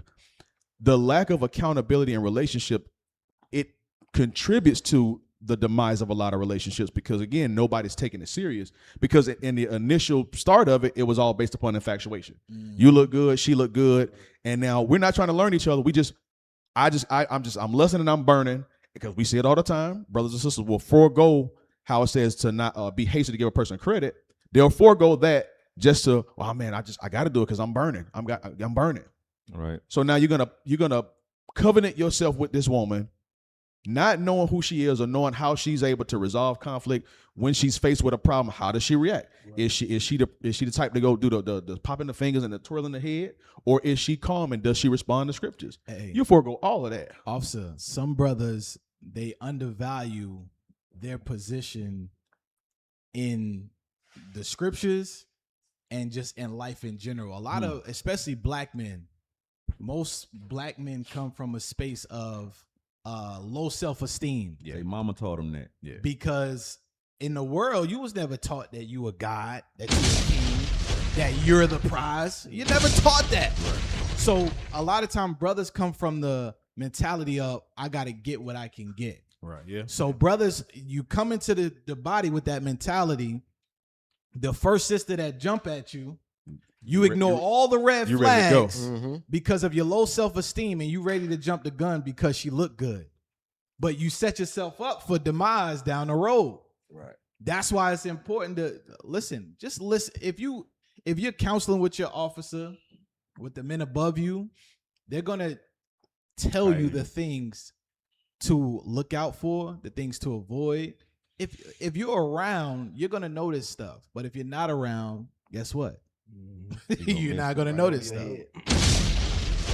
I wanted to say something. Oh, hold on. What? She like, y'all talk about all that stuff. No, I know talking about it that sisters think that biblically respecting your Lord is a weakness, but it's really not. And then we talked about it at the Marriage is Honorable. I shared the little topic of disrespecting your husband, things that sisters should avoid, that Deacon Abio went over. It's at the bottom of the tab. Oh, yeah. Oh, yeah, pull that up. That's just good to reflect, so. Sisters, take a screenshot. Right, Make this shit a screensaver. It's a screensaver. I did. Reader. Disrespecting her husband. Ephesians chapter 5, verse 33. Nevertheless, let every one of you in particular so love his wife even as himself. And the wife see that she reverence her husband. Do what? Reverence her husband. Mm-hmm. Proverbs chapter 12 and verse 4. A virtuous woman is a crown to her husband, but she that maketh ashamed is as rottenness in his bones. Damn. Would you say he gonna kill you from stress? Huh? You a cancer. Inside out, bro. You a cancer. That's what that on means. purpose, man. Damn, they do it on purpose. Yep. She said, "I know how to kill him." Hey, read those. Till death, right? All right. All right. We get that death part out the way. A wife destroys marriage when she disrespects her husband, belittles him, talks down to him, embarrasses him publicly. That's what we just watched that lady do. Right. She embarrassed that man publicly, bro. Publicly. Oh, my bad, sis. When No, you take you explained everything. No, that's all I wanted to bring out is that she had already started by talking to the guy on the backside. So she was already disrespecting before she even got to the disrespecting him publicly. Imagine, I'm just thinking about this from like not being in the truth. Imagine your boys see your wife on this viral clip. Like, bro, you seen that TikTok? What? They done sent that to you in the group chat. No, hey, they done started a new group chat without crazy. Bruh, you embarrassed the hell out of this man. How y'all supposed to go back and just have like a regular conversation? Yeah, like you like, nah, we worked it out. Really, nigga? Bruh, what out? You ain't sitting up at her punk ass mama? He probably heard about that the first time that like on the clip on social media. Bro, it was a coworker, bro. They was like, "Hey, this your wife?" Oh. He's like, I saw somebody on the internet look just like your wife. Is this her? It's the girl that the wife trying to be the work wife too. She's like, is this this your wife? Man, that's crazy, bro. Hey, also use scroll down. What that video at the one I said? This one goes right along with what we're speaking about here, y'all. Yeah, let's go ahead and go through this and get all these sisters. Y'all always doing something. Y'all always doing something. Have content for days. Bro, we 2 weeks in a row. We want to Whenever talk you about run the out war. of content, talk about the black war. We want to talk about the war in Iran and the Strait of Hormuz, but no. Stop doing stuff. Stop doing Y'all stuff. got to get on the internet saying crazy stuff. So misogynistic. This one real quick though. We've talked about this before, the idea of like, when I get married, I do not want my husband to ask my father for my hand in marriage, and I don't want to get walked down the aisle. And I feel like, one, I'm not your property. That whole And everybody's like, oh, well, that's not what we're saying. But that's where that's what it's derivative from. Yeah, like, no, Like- you're not gonna, no, I'm not his property, and I'm not gonna become your property. You know what I Exactly. mean? Like, you're not giving me away to him because I was never yours in the first place. What? She's not getting married. This is the mentality that Damn we're dealing it! with. Officer, why did you have to play this video? Bro, why had you couldn't to. just lead This is the new age woman. She said, Yeah. I'm not the property of my father, nor am I going to be the property of my husband. What the hell are you doing? She's trying to be a cum dumpster. What I mean, what is your purpose? You have no listen, and that's the thing. We have lost the idea of marriage, and then we wonder why divorce rates are skyrocketing within our And community. abortion rates are skyrocketing. Just skyrocketing, bro, because of this right here. Hey, America has given women so much liberty to do, say whatever they please. Because, listen, you go some places speaking like this, you get your head chopped off. But women have so much liberty here Ishmael would never. to speak how they want. Listen, when time of war pops off, guaranteed she won't be popping it the way she popping. I'll be your property. It's all good right now because what you can get your degrees, right? And you you can can go establish, you could create you a whole business off OnlyFans, and you don't quote unquote need a man to provide for you, right? But what happens when physical strength or those characteristics that men possess become the commodity or not the commodity, but the thing sought out for, right? During times of war and things like that, or when famine comes and you need somebody to be able to fend and go get food and all that she popping now she ain't gonna be talking that, but she can talk that big stuff now because everything is about $1 right now. That's it. It kind of made me feel like did she even grow up with her father though? Because if you grew up with your father, you definitely wouldn't be talking about your father like that, Right, because she says she don't want her father to walk her down. What does the Bible say about that? Go Sirach 7, 24 and 25. Bring it out. Because the Bible says that the father need to take care of the daughter, And do what? Let's read it. Sirach chapter 7 and verse 24. Come on. Hast thou daughters? Have a daughter? Have a care of their body. Care for your daughter. Protect your daughter. Make sure that she go pure. Don't be watching no crazy Atlanta housewife and start getting all that evil communication in her mind. And then she'll go on YouTube, try to experiment, try to find out stuff. You know what I'm saying? Read. And show not thyself cheerful toward them. Read. Marry thy daughter. Do what? Marry thy daughter. Marry your daughter. That's an honor for a father to walk your daughter down and marry to who? Read. And so shalt thou have performed a weighty matter. Read. But give her to a man of understanding. Give her to a man of understanding. Give her a man that fear the Lord. Because understanding is what? The fear of the Lord is good. You know what I'm saying? It's the beginning of good understanding. Right. Keep going to the next verse. It say to give her. Meaning what? You are now that man's possession. But she say no, I don't want him to do it. Hey, and that next verse down, 26. Read 26. Verse 26. Hast thou a wife after thy mind? Forsake her not. So if you have a wife, she should be in the same mindset. We understand that marriage is hard. So you're going to go through things and you're going to learn your husband. It says, forsake her not, right? Keep reading. But give not thyself over to a light woman. So the videos we've been watching, those are light women. Those are women that don't have no understanding of God's law, statutes, and commandments. You should run far from those type of women. You know what I'm saying? Hey, Psalms 127 verse 3. Because we got to understand something, right? She says that she's not the property of her father or whatever the hell she was saying, right? Read that. Psalms chapter 127 and verse 3. Lo, children are an heritage of the Lord. So God says children are an heritage of the Lord, right? An inheritance. What is an inheritance? Something of value, property, right? Passed from one person or owner to the next, right? Read that again from the top. Lo, children are an inheritance of the Lord. So children are an inheritance from the Lord. Read. And the fruit of the womb is his reward. And the fruit of the womb is his reward. Now jump to verse 5. Verse 5. Happy is the man that hath his quiver full of them. Happy is the man that has multiple children that are an inheritance from the Lord, property passed down from the Lord. Read. Come on. They shall not be ashamed. But they shall speak with the enemies in the gate. Right, because that man is supposed to raise his children to respect him and be in order because that's his property. So, sister, you are the property of your father until he passes you to your husband. That's it. Sirach 36:24. Bring you it out. become the property of your husband. Right. But see, that's the thing. They think of property as something to be controlled and not something to be taken care of. Right. You know what I'm saying?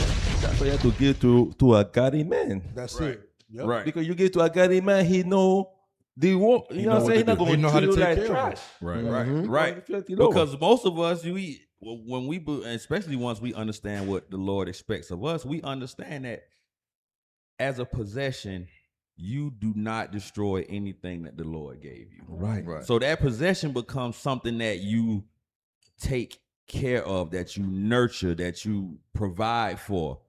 Some women really that know that they want to be a kept woman. That's a possession. That's that. Read that. Sirach 36:24. Sirach chapter 36 and verse 24. He that getteth a wife beginneth a possession. He said, when you get a wife, you begin. This is the beginning of the possession of this woman. Right. Not I own her like a tool, like a wrench. Right. But I take care of her as the Lord commanded me to take care of her. A help like unto himself. So once you become, you're supposed to be set up as to help you. That sister will never be a good wife to anybody. She'll be like the first one. She's only thinking about herself. Right. She's only thinking about what the man can do for her. And when she don't have what she want no more, she's gone. Right. But the man, if he's a godly man, he's thinking of how must I take care of the possession. It's just like when somebody, and it's a worldly, example, but some men have a car, they really take care of that car. They keep the oil changed, they keep it washed, keep the tires inflated. You know what I'm saying? It ain't leaking oil all over the place. They take care of the vehicle. And a lot of us, we take care of our wives in that manner. Our wives not running around here raggedy and dirty, and she running around with damn a dress on like Cinderella, scrubbing and talking to rats. Like, they think that's what the possession is. Ain't nobody doing that to their wife. Read on. And a pillar of rest. Right, read. Where no hedge is, there the possession is spoiled. But guess what? Where no man is to protect that woman, where there's no leadership, where there's no guidance, now that woman can be spoiled. Now that possession, the possession what he was speaking about in the verse above, now that possession gets destroyed. You're not teaching her anything. You're not showing her how you work. You're not showing her the things of the Lord. You're not showing her any of the things that she needs to grow into the woman that can be a pillar of rest for you. Read. And he that have no wife will wander up and down mourning. But guess what? That same man that don't got that possession, he really gonna want one. So guess what? Us men, when we do get that possession, we take care of it properly the way the Lord commanded. But you can't be like this hard-headed, knucklehead woman that thinks that she just out here free to do what she want to do with her little box. Crazy. Officer, she'll be submissive, but it's who she's submissive to. Because guaranteed, she'll be submissive to her boss. Right. She'll be submissive to the police. Right. Her pastor. Her pastor. Right. She just won't be submissive to your black behind. Damn. Let's move on. That's crazy. That is, man. Damn it. Damn, we've been on these black ones for quite some time, bro. That's crazy, bro. Hey, we gave them a whole stop doing stuff. A whole show if you have to. They need to stop doing stuff. They need to start doing stuff, bro. But that's wild, though. Hey, wow. 2 weeks in a row. Let's talk about Moab. Yeah. Oh. We going to commercial? About 8 more Hey, we got some content for that. Cause we got a lot to talk about Chun Li. Maybe What y'all want to do? Commercial or what? Yeah. Commercial. Yeah, we can do it.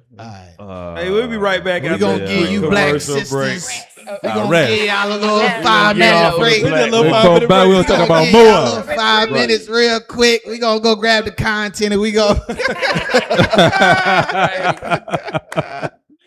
Hey, nah, shalom, y'all. We'll be back. All right, don't go nowhere. Chung Li, we coming. Embark on a riveting journey with a team of God's soldiers as they embark on an adventurous quest to the Pacific Islands, driven by a mission steeped in faith and purpose. Their pursuit? To spread the gospel of Christ and unravel the mysteries surrounding the 12 lost tribes of Israel. As they delve deeper into their exploration, they uncover a world teeming with deception and hidden truths. Unforeseen adversaries, cloaked in shadows, emerge from unexpected places, including the very heart of the Roman Catholic Church.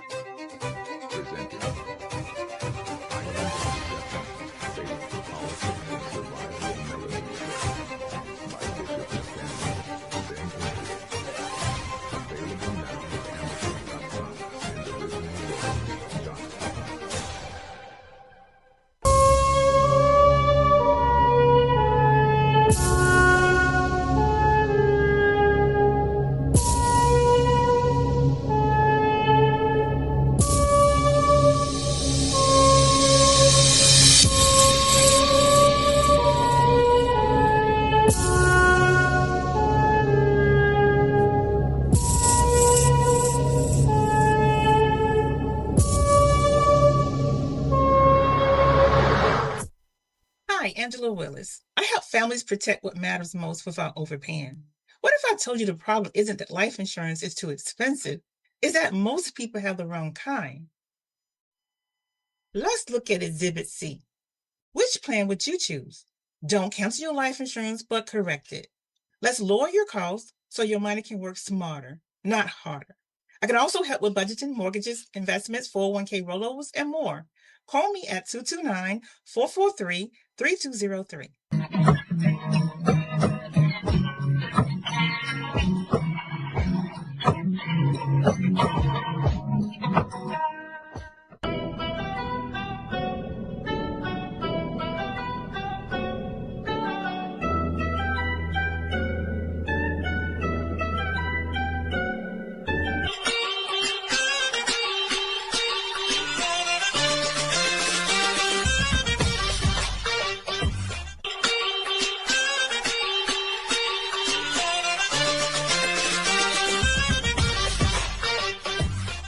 I'm going to take a moment to highlight the jacket that I'm wearing.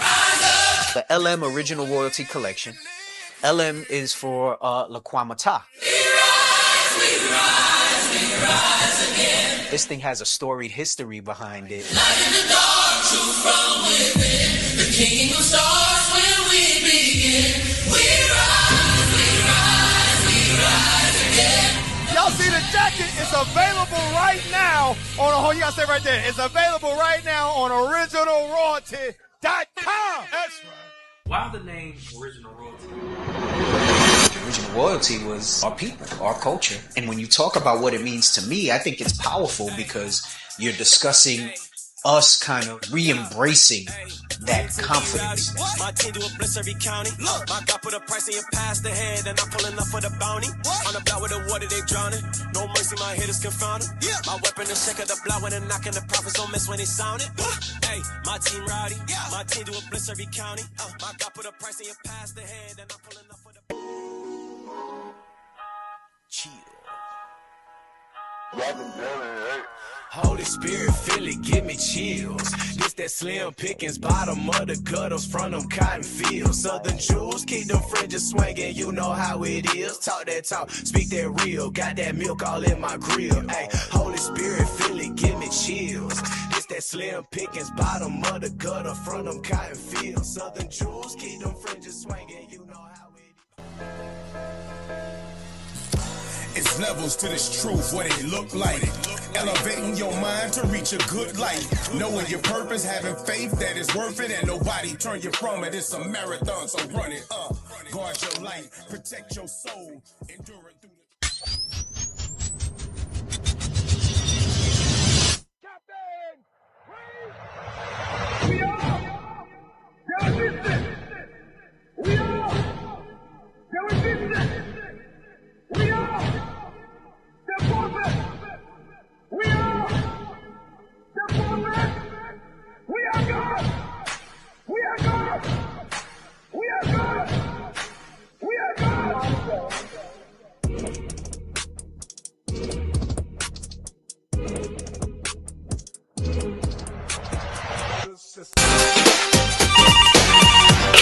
Shalom.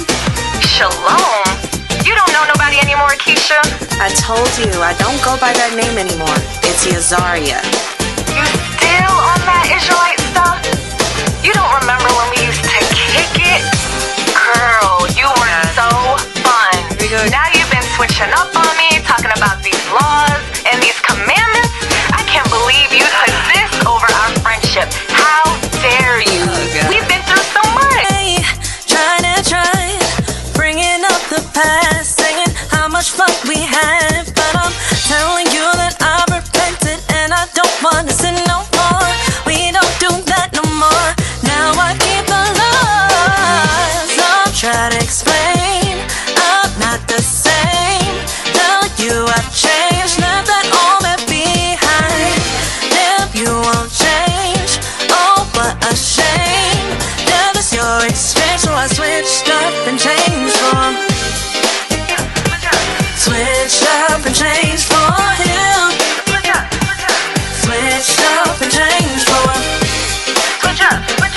Switched up and changed for him.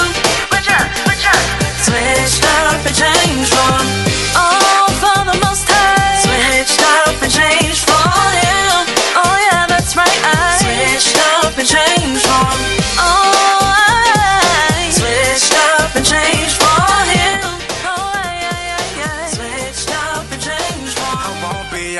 getting shady. No, this ain't fugazi. Keep the laws and hold it down and get that crown. I know you heard what I'm saying. If this is a game, then I'm not playing. A crab in the barrel won't bring me right back down all over again. I'm trying to explain, I'm not the same. Tell you I've changed, left that old man behind. Damn, you won't change. Oh, what a shame. Death is your exchange. So I switched up and changed from. Switch up, switch up. Switch up and change for him. Switch up, switch up. Switch up and change for him. Switch up, switch up. Switch up and change for him. Switch up, switch up. Switch up and change for him. All for the most high. Switch up and change for him. Oh yeah, that's right. I switched up and changed for him. Oh, I switched up and changed for him. Oh, I switched up and changed for him.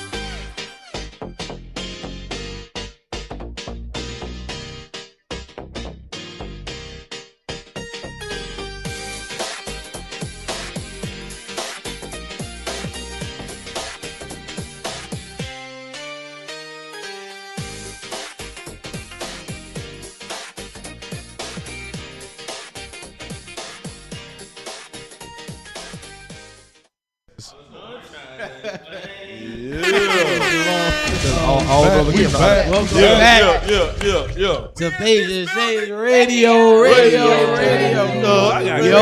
Officer Benji. We finally figured out what Officer Benji was doing. Officer Benji was trying to do. We Right. figured it out. It wasn't quite the same, but that's what he said he was trying to do. That's what he was trying to do.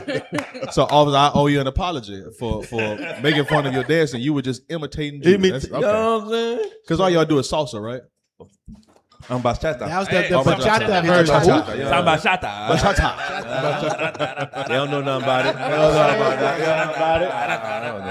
it. We know a little bit about bachata. Yeah. You know what I'm saying? Chapati. You know what I'm saying? Bachata dancing too. I mean, you know, it was a See, good, we it was love a good our experience. wives. You know, it was. We love our wives. We took them to bachata. You know what I'm saying? Yeah. Y'all went through our class on y'all too. Yeah. I went to the what's the name? They got a little spot down on Moreland on Monday night. They do live Monday night. Yeah, and free to get in too. Okay. I don't be telling y'all, you know what I'm saying? I just go duck out. Yeah, he always telling me about some spot him and White up. When you go here about? We went there about 2 weeks ago. Hey, what's up? We more, man. Jeez. Come on. Jeez. Sean, Hey, man. No watch spot. Sean Lee, we come for you. But come on. Here, our people, they got this. I think the Stockholm Syndrome run past Esau at this point. Oh, yeah. The Stockholm Syndrome is not with Esau. The Stockholm Syndrome is with America, period. Right. They love this country no matter what. No, bruh, they have been on our neck, on our people's neck. But I'm going to tell you the truth. I've been kind of feeling away. And I had to check myself because I keep the commandments of God. The Bible says you keep the commandments of God, you should fear no evil thing. Bruh. I've been looking at this situation and I only can feel bad because it's my people and I can see them going through it. But for myself, I'm like, I keep God's commandments.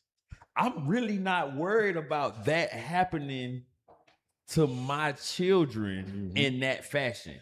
I'm more concerned like, okay, there's going to become a time when Esau say, it's y'all niggas' fault that this is happening. You know what I'm saying? Not what we seeing them doing to our to our brothers and sisters in the street. Because I already had to check myself. I was like, damn, I'm captive. I know I'm in captivity. It's annoying as hell, but I'm not threatened with eviction. You know what I'm saying? I'm not threatened with alcoholism and drug abuse and molestation in my household. I'm not threatened with that. Right. I'm like, yo, this place is crazy. But when you begin to keep God's commandments, you really can see the difference. You gonna go through a trial. You know what I'm saying? I ain't saying ain't nothing gonna happen, but the trial ain't the same. Mm-hmm. It's something that tests what you've been learning, or to make sure that what you've been learning, you're able to apply. That's what those trials end up being. It's not justice for Juicy or whatever happened because somebody done did something to you. You know what I'm saying? Justice for Juicy. You know what I'm saying?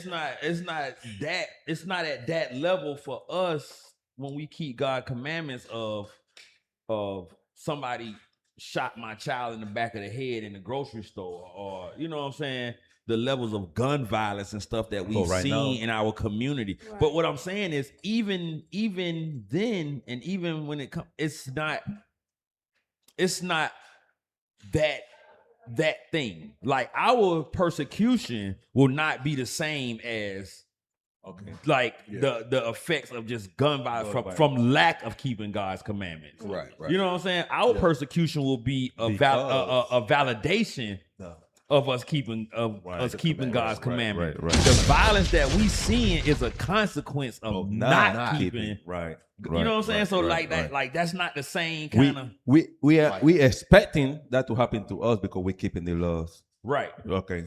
Not. Hey, I went to the store to get something to drink and now he dead. You know what I'm saying? That's not something that I think about. No. Right. I don't think about that because I don't fear no evil thing because I keep God's commandments. Now, with a possibility of somebody saying, "Oh, you one of them niggas in them fringes," y'all think, okay, that's a different, you know what I'm saying? That's a situation, right? Mm-hmm. You know what I'm saying? Or matter of fact, let's y'all see it. Everybody been seeing it all week. The black community is up in an uproar. We gonna boycott the Chinese man. We need to stay out of their hair salon or their nail salon. We need to do it. Why? Let's see why. Play the video. Play the tape.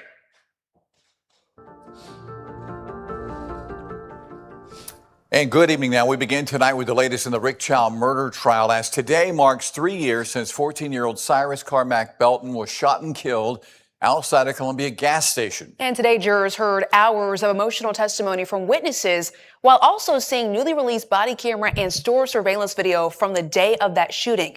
We want to show you one of those moments right now. I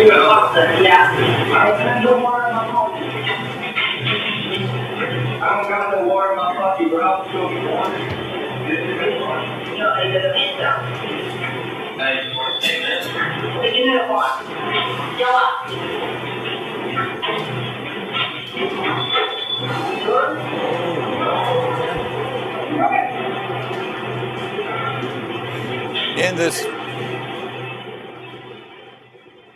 In this video, you see Cyrus wearing a red jacket, telling Rick Chow's wife he does not have any water in his pockets before picking up his backpack and walking out of the store. And shortly after, Cyrus was chased by Rick Chow and his son, Andy, before the teenager was shot.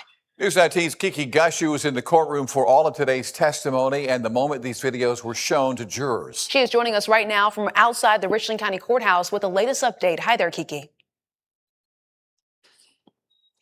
Erica, JR, today's testimony moved away from what happened in the street that night Cyrus Carmack Belton was shot and moved back into the Shell gas station that Rick Chow owned. Now today...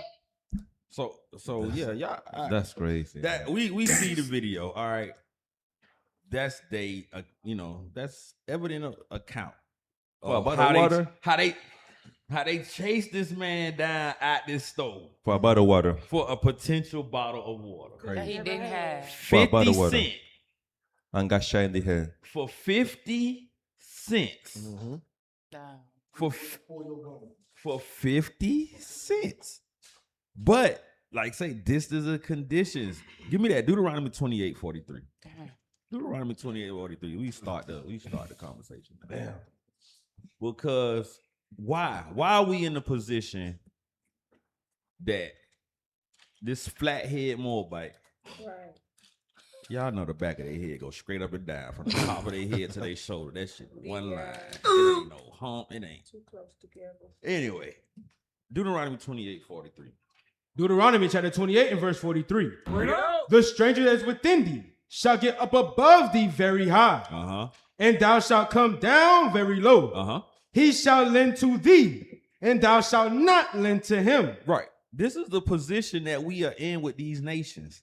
These other nations are what the Lord had is nothing better than spittle. This is what they was, but now the spit, the loogie, the hop tui done got up to a point where he chasing gods on the earth down into the woods and shooting them in the back. That's the position. Why? He said, the Lord said, you're gonna come down very low. That's what I was saying. The thought patterns that come when you're keeping God's commandments are not the same as the ones when you're not. Because when you're not, now you are subject to this curse. You're subject to this curse. Like right now, we subject to this same curse, but guess what? I don't feel it the same. I don't even be thinking about no damn Moabite when I go in the store. Why? One, because I'm already got God's commandment. I ain't stealing nothing. So it's not even an assumption that I did something that looked like stealing in this store. But now you looking and you saying you come down to a position where he can impose his whole thought that you might have been doing something on you. You had whatever he was thinking. Hurry up and buy. Hurry up and buy. I feel sorry for your mother. I said sorry for your mother. You know what I'm saying? But that's the point. We in a position now because of our disobedience that these nations, they done got up over us, and now they think that they something. This, bruh, this flathead chainsaw teeth Moabite really think that he is somebody because he got a little punk ass stove, and he could lend to you, and you can't lend to him. But then they turn it into a level of hatred and violence. Well, so to your point though, officer, so that hatred and violence has always been there. Right. Yeah. It's always been, as a matter of fact, so go to put up that article because when you look at the relationship that we have with them, it's not nothing new. It's not a history that we often go over, but just for the brothers. So there's a book called When China Ruled the Seas. If you don't have that book, it does a good job at explaining, the what's the best way to say it? How China developed. But a part of their development was based off of our backs. So go scroll down just a little. Well, you can read the title, but then I just want to kind of scroll down just to kind of prove the point. Africans and African Americans in China, a long history, a troubled present, and a promising future. But it's a question though, right? So scroll down, go to where it says since. Right there, since the 7th century. Read that. Since the 7th century, Africans have maintained a consistent commercial relationship with China. Now it poses it like it's commerce or it's trade, right? A consistent relationship with China, right? But let's see how it was. Read. During the Tang Dynasty, Arab traders brought African slaves from East Africa to China. They comprised one of the many commodities in the Arabs' large-scale maritime trade with China. During this era, the first Chinese cultural perception of African people developed. Not cultural precipitation. Keep reading. Yeah, it's culturally raining over there, bro. Right. It's raining culturally. It's a little damp. Keep reading. These dark-skinned people were known as Konu. They were described as lower class, ignorant, scary, and dangerous. Damn. Although they were far more enslaved Chinese, some wealthy Chinese preferred the exotic Konu slave. So they always got to try to throw that little monkey ring. Oh, it was more enslaved Chinese. No, that's not the case. You're not enslaved when it's your own people. And you can look up something called the Silk Road. So it's kind of I always describe the Silk Road as like how we have flea markets today. So it's kind of like that's kind of like what it was. It was like a flea market, but we were the commodity that was being sold on those Silk Roads. Even when you look at the book from When China Ruled the Seas, a good portion of the Great Wall of China was built because of us. Right. Zaya, pull up that video. It's in the fire emoji. The how they got our brothers lined up on the Silk Road in Libya right now. Exactly. So yeah, that'll be a good example. So there's a long-standing history between us and the so-called Chinese people. The Bible calls them Ammon and Moab. Hey, on to that point, what it just said, where they was Africans was selling them from selling to China from East Africa with the Arabs, that was in Zanzibar. From Tanzania to Zanzibar, because when we was there for Passover, that was a part of the history that we had. That was my first time hearing it, but that leadership was bringing out and able to use that same when China ruled the seas to show that it's a good book. Our slavery, you know what I'm saying? They had their hand in it. And so guess what? It's still in their mind, nigga. We used to have y'all in slavery. Y'all niggas ain't nothing. Right. Y'all ain't nothing but some, what did it say? Ignorant, dumb niggas. Their term is kunlun. That's their Kunlun. derogatory term for them calling. Yeah, but whatever them words they use, they said they saw you kunlun as ignorant and dumb, but dangerous and scary. So guess what? You're an ignorant, dumb little boy in the store, but you're dangerous and scary. He probably got a gun. But they good enough to put stores and laundromats and Chinese food spots yeah, in our neighborhood. To eat off right. of. You good to eat off of. We live. They can exploit us. You ain't never seen a Chinese person where they live at. You niggas don't even know where Chinese people don't even get gas where you get gas. They don't. Right. They all live in Duluth. Right. Right. In Lawrenceville. Right. And then I know you stay at, They just disappear. I know what side of town you be on after you close down Peking Wing number 3. Bro, you live in Gwinnett County, bro. That is Chinatown. They got their whole community, You go down, what's that? Beaufort Highway? Beaufort Highway, some Pleasant Hill Road. Oh yeah, Adoraville, all in that area. Businesses got Chinese words on. I'm like, what the hell is going on? Every business got Chinese words on. Got that hurry up and buy.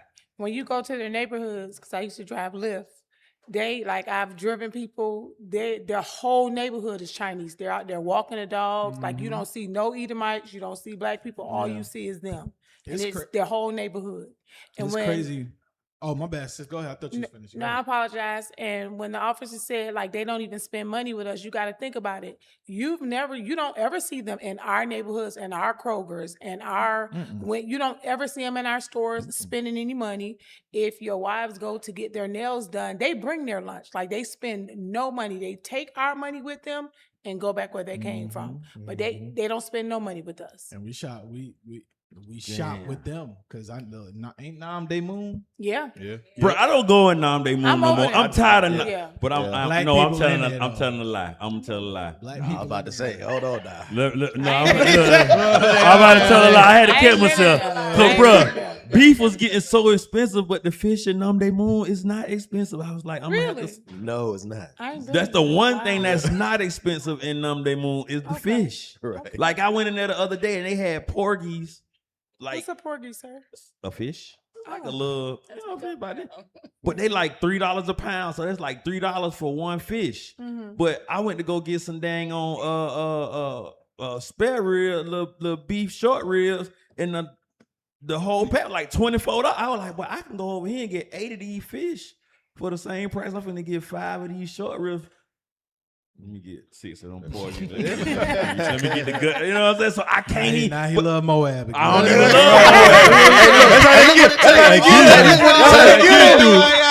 But I gotta eat too, bro. Hey, that's all it takes. He started out, he went in hot. He was on fire for it. He was on fire. He like, damn.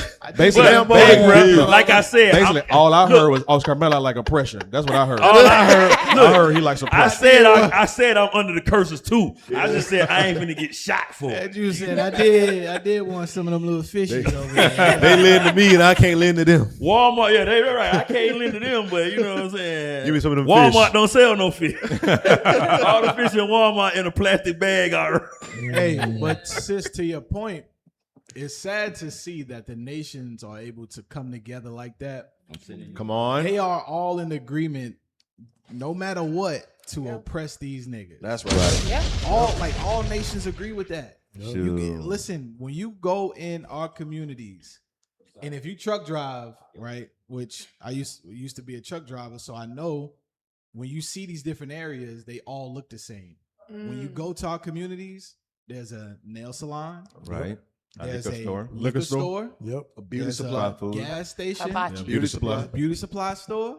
Right. Laundromat. All these things. And a check cashing place. Check. Yeah. We spend the most money, but we have no equity inside the business. Right. When you go to a liquor store, you know that it's going to be an Arab that own it. Yep.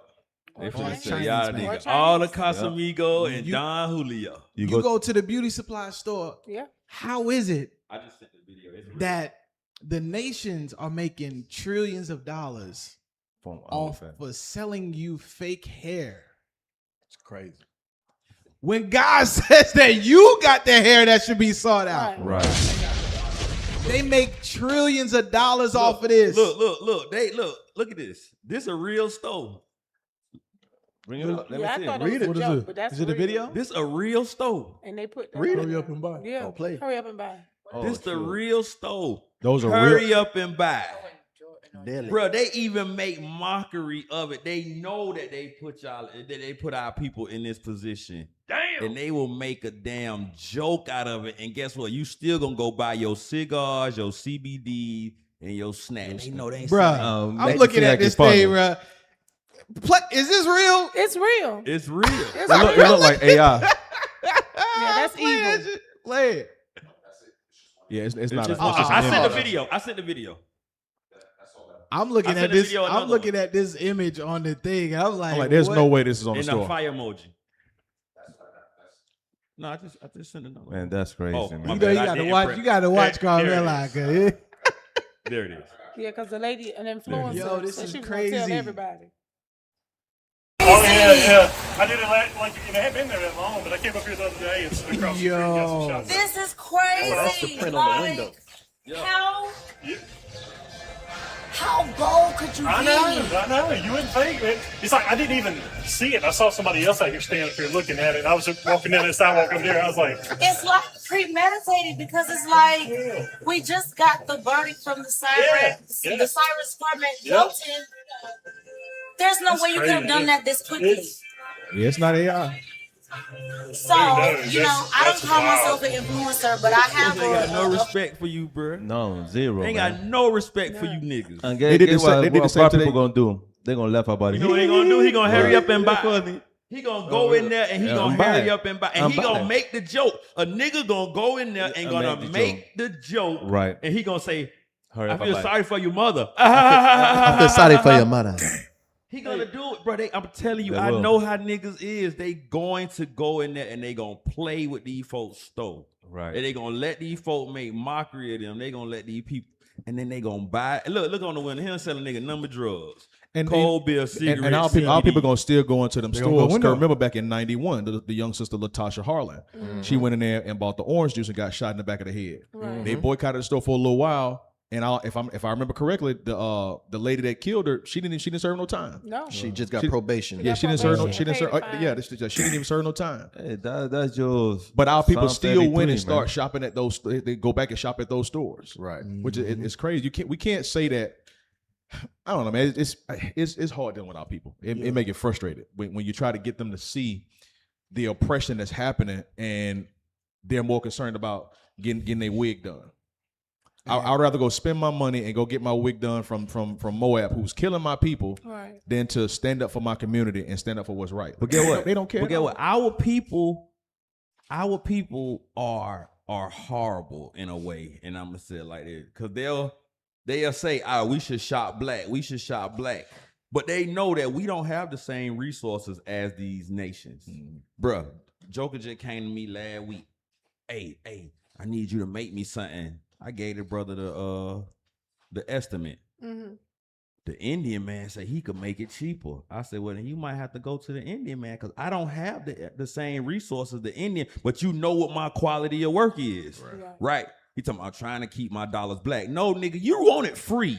Right. Because Right. it come from me. You think that it should be damn near free. That part. Like, bro, how the hell I'm gonna, how? When I gotta go buy all the materials from the same nigga that you talking about can make it cheaper.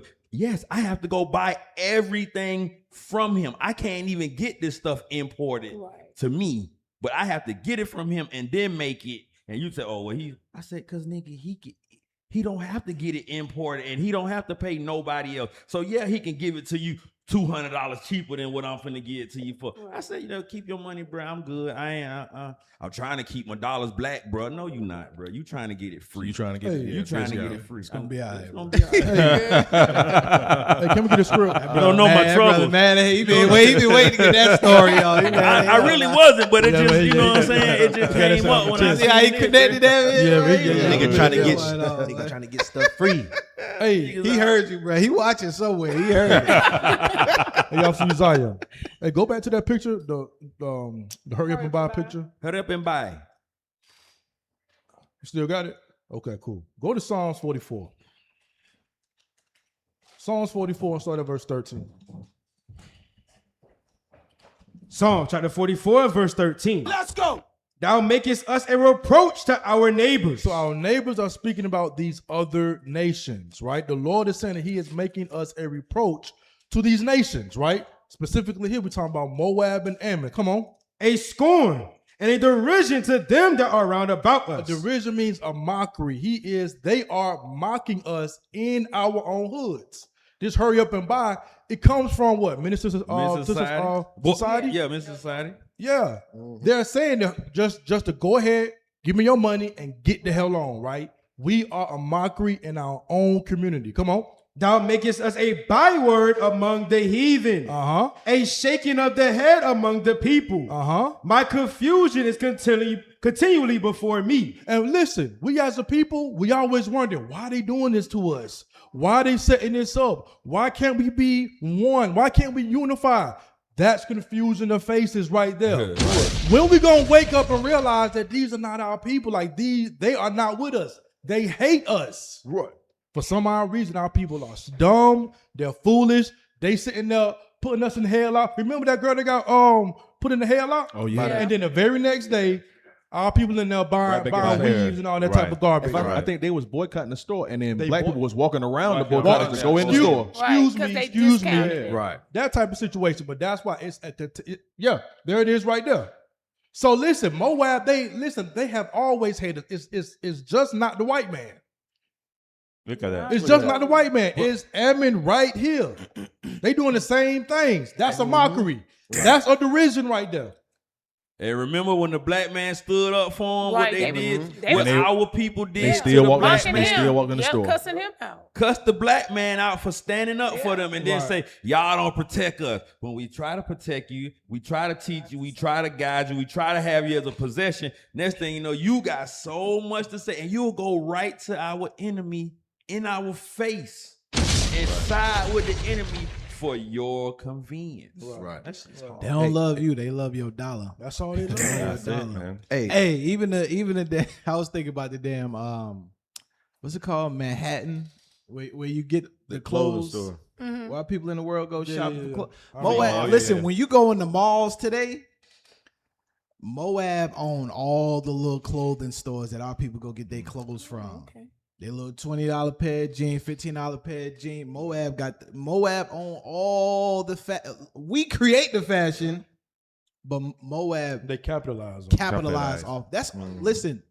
All the nations want to do is get your money. They are going to befriend you. That's why a lot of times you'll walk into the gas station. The local dude in the hood, he know the owner. Right. They got a relationship and all of that.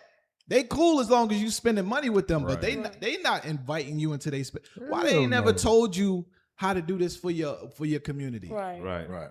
They know that nothing but black people shop at their stores. Mm-hmm. Why they ain't never say, hey, Tyrone, let me show you how to give you the sauce. Yeah, right. To your like, point, man, do you really point. like this? That's I what, really that's what figure number how to 3 get the is. chicken video fried number or 3. crispy like that. These little nuggets, man. Oh yeah, play number 3. Play number 3. That goes right along with your point. Asian man tells black people to please boycott them. Blake. I love when the black community says, let's boycott Asian businesses. Please do. We'll get rid of the Chinese takeout, the dry cleaners, the laundromats. Let's get rid of the liquor stores as well. Chinese food get is rid the only of the food Jordans you guys wear, the Nikes you wear, the shower caps, the Hondas, the Hyundais, all your car electricians, white people. the electronics in your house.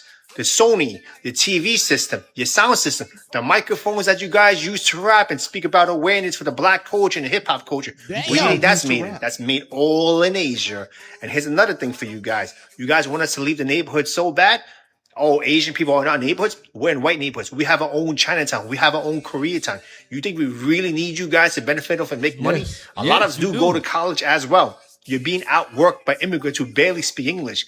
And you're not embarrassed? Go to the bank, start your own businesses, and deal with your own people. Whoa, I want to see your. Whoa. And this is where. You see that? It's all greasy. Greasy. Because he know our people ain't going to do nothing. Esau has entitled the nations to be able to speak like this. Right. I'm going to tell you why. Yeah. He's making it seem like, oh, just go to the bank and start a business. Boom, boom, boom. You think that if it was that easy we ain't thought about that for black folks that they wouldn't be lined up to do that? No, you guys can come here. I always tell the story about how one time I was down at what's it called? Where you go get your business license, the government office, whatever the case may be. Go ahead, tell us. Anyway, I'm down there. Secretary of State. And I see Moab. It's an older Moab lady with a younger Moab girl. Maybe look like she could be in college. She got American Deli polo on. And she's handing this young girl paperwork, explaining some things to her. I'm like, this girl can barely speak English. She can't speak no English, but she can come over here and start a business. Yep. Get loans, all of that stuff. No credit, no nothing. Yep. But they can come here, start businesses in our neighborhoods. I got a video for you. Huh? Explaining that very thing, man. I got a video for you. I just posted it. Which one? With the Chinese lady? I just posted it. Play that off for you, Zaya. It's what? The connections, baby. Well, all that will prophesy in Psalm 33. Bro, You know what I I'm was saying? just Psalm 33. Bring man. it out. Read it while we wait. Bring it out. Psalm chapter 83 and verse 1. Break it down in English too. Baruch gonna fix. Keep not thou silence, O God. Hold not thy peace, and be not still, O Read. God. For lo, thine enemies, The what? thine enemies make a tumult. All these nations, not just the white man, all these nations is our enemy. As he will explain later on. Keep going. And they that hate thee have lifted up their head. They have taken crafty counsel against thy people, and consulted against thy hidden ones. They have said, come, and let us cut them off from being a nation. So all these nations came together to destroy the Israelites. Read. Who came? That the name of Israel may be no more in remembrance. For they have word whooping your ass over there. Just like cultural precipitation. For they have consulted together with one consent. They are confederate against thee, the tabernacles of Edom, The white man. and the Ishmaelites The Arab man. of Moab. Who? Of Moab. Who? Of Moab. Top three. China man. Top three. The top three. The top three. For him to The say one- for him to say what he's saying, it makes it seem as if like we really need them, right? Right. Considering the fact that again they only thrive because they're in our communities, right? That's But it. then they also think about the first black man decided he wanted to pop lock. Now that's all they doing over there. Right. Them Right. niggas making. They sent, if I'm not mistaken, correct me if I'm wrong, but they sent a whole team over here to study our R&B music, just so they can go over there and invent what's it called? K-pop. K-pop. There you go. K-pop. K-pop. So we need them, Bro, literally all they do is remix. Us. exactly. Hey, look how we he was need them. dressed. Look how he was dressed. He dressed like Right, exactly. Right. Like Nigga, why you ain't got them Bruce Lee shoes on, Right, nigga, in right, the shirt right. with your arms? That's your and culture. everything? With Your some arms should be in your shirt. with nigga. some dragons in the background. Nigga need to put that rice hat on his head. son. Put the Let little them dragon Raiders, hat let the on. dragons alone. Ain't no more dragons. And when he walk in the store, he need to say, "Hey, come on, you." I see. audio out of sync. Do you want some blunts? That's his culture. They can't even get the words right. Yeah, Right. I heard you like flaming hot Cheetos. We have the new ones. Hey, the and a blue lot ones. of times in the back. What's wrong with this guy? they be damn. You ever seen a Chinese person who has hung around black people they be wanting to be blacker than you, bro. The way they talk. It's a dude named, y'all ever heard China Mac? China Mac. Bruh, this dude talk like he born and raised in the, I'm like, yo, these guys is crazy. This a video or just Let's see. Let's play that. It should be a video. Americans were redlined from opening businesses in white neighborhoods. Hold on. Before we listen, this is the reason why you see Chinese establishments specifically in black communities. Specifically. Come on. Because white people didn't want Asian Americans operating in their neighborhoods and didn't want Asian Americans profiting off of white people. Oh yeah, this is really important. But because the positionality of Asian Americans is weaponized to oppress black people, Asian Americans were being given loans to open businesses in black communities, even though black people were not able to receive loans to open businesses in their own communities.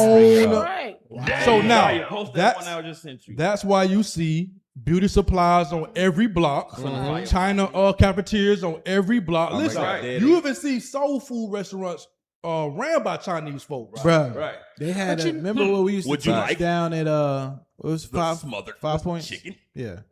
It's very good. Bruh. Fire emoji. They had a spot called Mo Better Wings. Yeah, I remember that. How the hell Moab cooking better chicken than us? Moab cook better chicken than us? I heard you niggas like fried chicken. I ain't gonna lie. Put a little cornstarch. Korean fried chicken be hitting us. Right.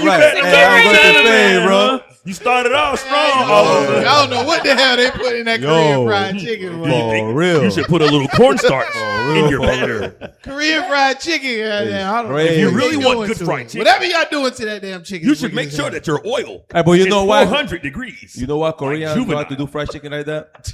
Because they learned it from us. It was a J. Had to be a J. Because when we went to war, reel me in. Yeah. See, I knew it was a reason. I love chicken fried chicken. During the war, they learned it from us. But I don't know if anybody's ever noticed when you think about Chinese restaurants, you've never seen a delivery truck. Because they got cat and mouse. Nope, you're wrong. You're wrong. You know why? Panda remember Express. you remember when we used to be next to the Chinese restaurant? Yeah. He used to come every Saturday with 4 frozen boxes. I don't know what that chewy chicken was. Squirrels. Whatever it is. Squirrel meat. Chicken meat don't ball up like this when you cook it. That's all I know. Fried rice. But chicken meat don't ball up. But the reason I say squirrels and other animals, actually, back when I was in Florida, I actually had a friend that we went to school together, William Houston, and to this day I don't. But I cook Chinese food, but I don't eat at Chinese restaurants. And I was going into a Chinese restaurant on 79th Street, and he was like, "Don't go in there." And I was like, "Why?" He worked for the health department. He was like, "We just closed one of their sister restaurants down the street and it's some suspicious stuff. We gonna double back, but." Again, because they had found animals in there. No, they found cats. He said cats and dogs with no palms. Yeah, with no paws. Was you old enough to remember when the China cafeteria on Old National? They got it was on the news for that. Ran through? Yeah, the China cafeteria. And look, it's still there. And it's still there. It's still there to this day. Crazy. That thing been there longer than I've been born, bro. For real. Really? For real. Hey, play that video. Watch this. It go with Officer Alicia just posted. Why are there so many Chinese food restaurants that lack neighborhoods? It's due to a very special type of seasoning called racism. It's what's for dinner. Back in 1882, the U.S. passed the Chinese Exclusion Act, banning most Chinese immigrants from entering the country. But because the government loves money, it left a loophole. If you were a laborer, no entry. But if you owned a business, you could qualify as a merchant, which meant you could stay and you could bring your family over. Then in 1915, a court ruled that owning a restaurant counted as a business. And just like that, opening a Chinese restaurant became a one-way ticket into America. Then came a new problem in the 1960s. Basically, banks were racist as fudge. If Chinese folks wanted to open up restaurants in white neighborhoods, the answer was often no. But because the positionality of Asian Americans is weaponized to oppress black people, Asian Americans were being given loans to open businesses in black communities, even though black people were not able to receive loans to open businesses in their own. So that's what. So when we read Psalms 83, what he said, They are Confederate. That's the Confederacy right there. They know that I can get this by doing it. Because, like I said, you're not gonna go see a China cafeteria in Buckhead and Alpharetta. Now they'll let you put a PF chain. It got to be a different kind of, or you know what I'm saying? Americanized. Yeah. Gotta be Americanized. And they won't even hardly put no Panda Express. You know what I'm saying? But you're not gonna get Peking House 1, Peking House 2, China Cafeteria, Hot Atlanta Wings, and Hot Atlanta Wings, all on the same strip. And that messed up. I'm gonna tell you, my Moab the store, the only one you could go in the black community and get vegetables. Yeah. Moab is the only restaurant you could go in the black community and get vegetables. You can't get no vegetable but French fries in the damn black community unless you go in the Chinese store, and all he got is peppers, onion, and broccoli.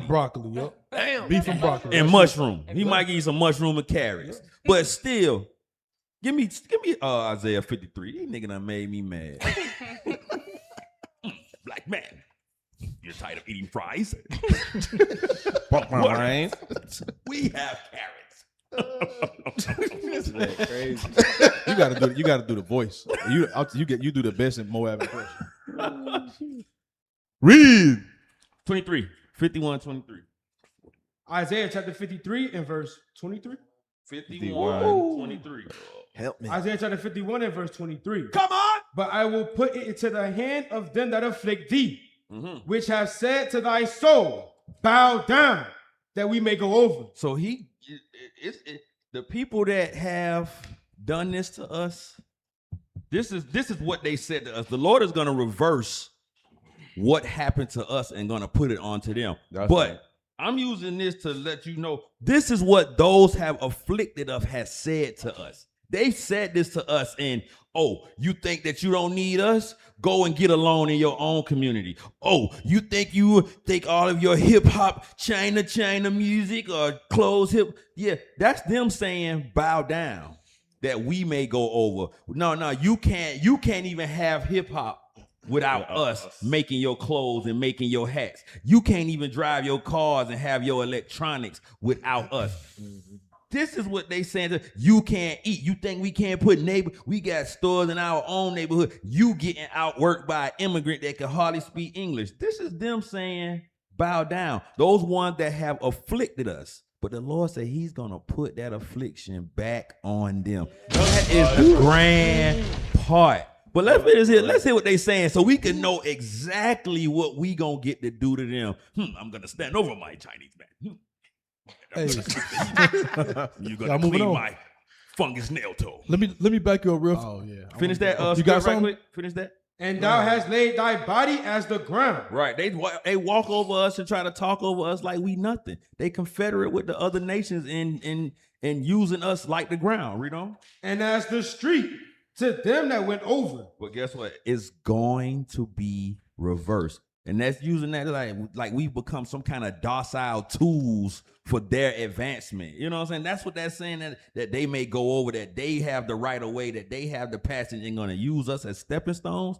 All right, bro, watch. Wait to see what happens. I can't. Right. Get that Jeremiah. Just to back you up, officer. 48 and 28. And read down to verse 29. Jeremiah chapter 48 and verse 28. Let's go. O ye that dwell in Moab, leave the cities and dwell in the rock, and be like the dove that maketh her nest in the sides of the hole's mouth. Come on. We have heard the pride of Moab. You see that, and that's the pride of Moab. That Chinese man that said that we don't need y'all ain't ish. We see them getting headlocked. We see them getting they shooting down our people. That's the pride of Moab. The Lord see that. Come on. He is exceeding proud. His loftiness and his arrogancy and his pride and the haughtiness of his heart. Come on.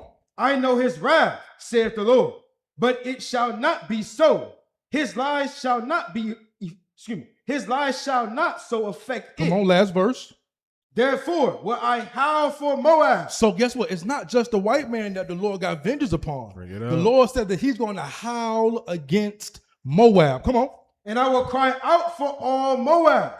Mine heart shall mourn for the men of the Canaanite. Why? Because all of them gonna get destroyed. So it's not just the white man that we're going against. It's all nations that has touched the apple of God's eye. Which is what the Israelites. So that's what we're seeing. Destruction is coming for the Moabites as well. So it's not just the Edomites. It's all y'all. Ammon, Moab, Ham, all y'all gonna get it. Hey, come on, Esau gonna get it. Let me back you up now. Get Revelations 18 and you can start at verse 8.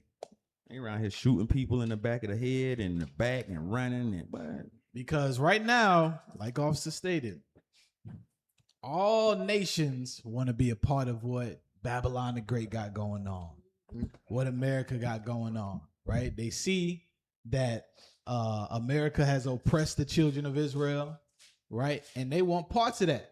They want some dollars too, right? Let's read what the Bible say. Revelation chapter 18 and verse 8. Therefore shall her plagues come in one day, death and mourning and famine, and she shall be utterly burned with fire. For strong is the Lord God who judgeth her. So the Bible says that there's a judgment coming to this place, right? There's a judgment coming to this place for what? For the things that they have done to God's people. The same people that they shooting down in the streets, that they choking up in the stores, all of this stuff, right? The same people that they've been doing that to, guess what? We gonna get our recompense. That's right. Come on. And the kings of the earth who have committed fornication and lived deliciously with her shall bewail her and lament for her when they shall see the smoke of her burning. So all the nations that have done what? They have taken part in the merchandise and the business and the business acumen and all of this stuff that America gives to them, because that's what it's all about. All their relationships is about how they can profit, right? But all those nations, you come over here, you start up the beauty salons, right, to destroy our people. You start up the Chinese restaurants to kill our people, right? Every facet of life is set up to destroy the black community. You sell our sisters fake hair, right? You sell us fake food. What else? They got fake right here, bro. Them boy got plaid right. Fake teeth. Fake everything. Fake everything. Them sisters in them cheap ass dollar store slippers. Bro, them Chinese slippers used to kill me. Bro, they had all the color. Y'all wore Chinese slippers? Don't be Yeah, shaking you your head did. over here talking about Yeah, y'all had the pink one. Hey, y'all see, pull up the Chinese slippers, bro. The pink one, the green one, But your toe come out. Your toe start coming out. Right there. Y'all, Every outfits.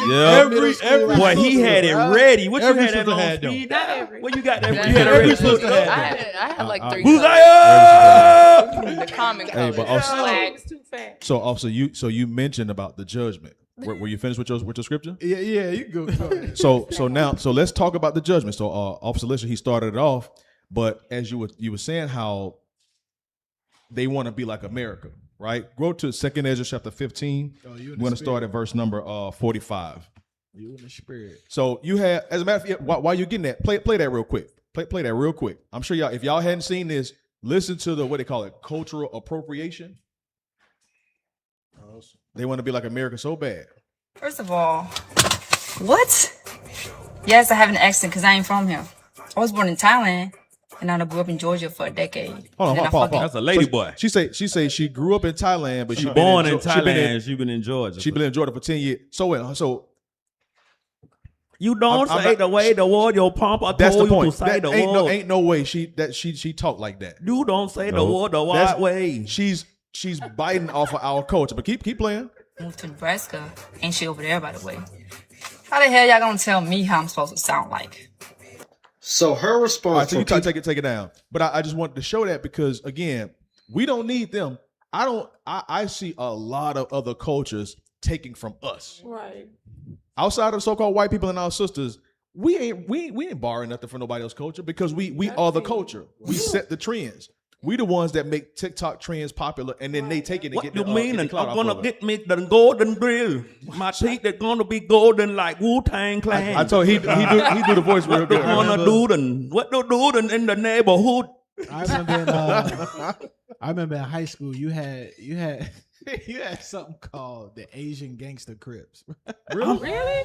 One time, let me tell you, officer, one time out here. These dudes used to have machetes and shit, man. I'm like, bro, Really? Asian Gangster Crips, yes. One time in the basketball game. So since they, so let's read almost that. get to fight it with I the told Chinese he do it man. real good. Read that real good. Read verse. What verse I said? The 45? Chinese man is mad. I tell him, I say, you going to go? He say, I from the Southwest. I say, what that Southwest Asia? What you doing here? This Atlanta. Him got mad. Him gonna hit me with the kung fu move and Chinese Tai Chi. Yo, what's going on right now? What's going on? Second What's Ezra, going on chapter right now? 15 and verse 45.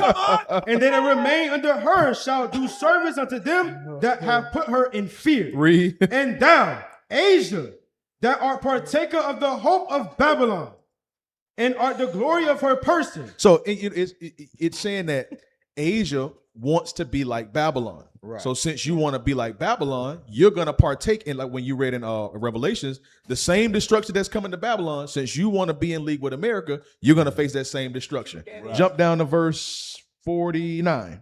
Verse 49. I will say, Verse 48. verse 48. Thou hast followed her that is hated in all her works and inventions. Therefore saith God, So as a result of you wanting to be like America, I will send plagues upon thee, widowhood, poverty, famine, sword, and pestilence, to waste thy houses with destruction and death. so because you want to be like America so bad, you want to exploit the children of Israel. You had us in slavery. You had us on your Silk Road. You had us building your walls. Destruction is coming. He talking about he dare we boycott. I mean, he had no idea who he talking to. We would shut that thing down. But it's sad because our people can't see past the right now and realize that when we're telling you to keep the Sabbath, stop celebrating Christmas, stop partaking in these things, we could have already not. We could do a whole lot more damage as a community if we just come together under God's laws. Right. But they fight us so much about trying to explain God's laws because they got Christianity stuck in their brain. Mm-hmm. It's like we in this never-ending cycle of trying to help our people, and they keep fighting against us. Right. Hey, Zechariah 11 and 4. What they saying? I don't know what they doing. That nigga, he don't want to eat no more chicken wing. You want braised wing? 10 piece I do for you. $6.99. So, like, why can you do that so good? Like, my wife say I'm a cute autism. Okay, so I'm sure most of you are aware, but the Moabite was found not guilty, right? Yeah, we see this over and over again. For those of you who didn't know, he was found not guilty, right? Same like Natasha Harlan in 91, Rodney King. We can go Trayvon Martin. We can go on and on and on and on, right? Read that. Zechariah chapter 11 and verse 4. Mm-hmm. Thus saith the Lord, my God, feed the flock of the slaughter. So God said, feed the flock of the slaughter. He's talking about us, right? Because we have yet to either accept or even acknowledge, right, the atrocities, the violence, all these things that happen to us, right? You know, the Negro always wants to know why, but we have yet to come to the conclusion is that we are out of order and we're not keeping God's commandments, right? Read. Whose possessors slay them. So that's a key word. It says whose possessors slay them. So guess what? That Chinese man is your enemy. That Arab man is your enemy, your possessor, right? Read. And hold themselves not guilty. So not only does he shoot you in the street from chase you for 130 yards, shoot you in the back like a dog, but guess what? He goes to court and gets found not guilty. That's prophecy from God.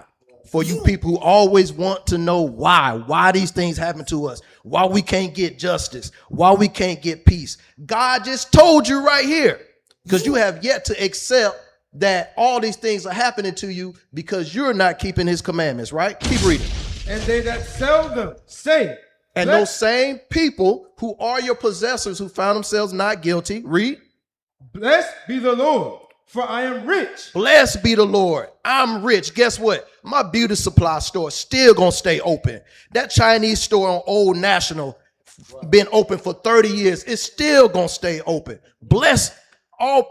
Hey, they saying, hey, I must be blessed, right? Read.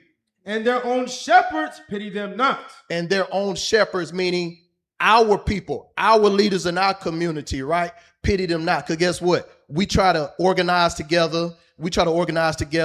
And maybe boycott this. For example, what's that Negro name? Jamal Bryant. They tried to boycott Target. Guess what? Guess who they went and got? Jamal Bryant. The nigga took the bait. I'm gonna get 9 million. We gonna split it with everybody. You get $10. You get $10. Right. Those same leaders who supposed to be together. Those same leaders who's supposed to be guiding us in the right way, who's supposed to be telling us, hey, let's boycott these businesses. Let's put them out of business since they don't appreciate us, since they just treat us like we dogs in the street, right? It says they pity them not because everybody is in it for themselves. Right. We don't got no unity. Right. Go back. Hey, man. And that happened in Atlanta. In Atlanta. Oh, yeah, play that video. This That is our happened. favorite chicken spot. That happened 20 minutes from the school. Touchdown wings. Oh, so they don't just do Chinese food. They took over the wings. No, they do the wings. You like the wing and the fried fish? You like the white and fried fish fish? and chicken. JJ's. Who y'all like so And much? shark. They like the sharks. This happened in Morrow. JJ's, what they doing now? Touchdown. They put Jake in the front. They're not hiring Jake though. Oh, they're not No. They Well, hired yes, Ishmael. they are. It's Jake, but it's Northern Kingdom. They in the back. Yeah. Northern Kingdom is the one running JJ's chicken now. No, to put the new And face. touchdown wings too. Put the new face. This is in Morrow, Georgia. This happened. Right down the street.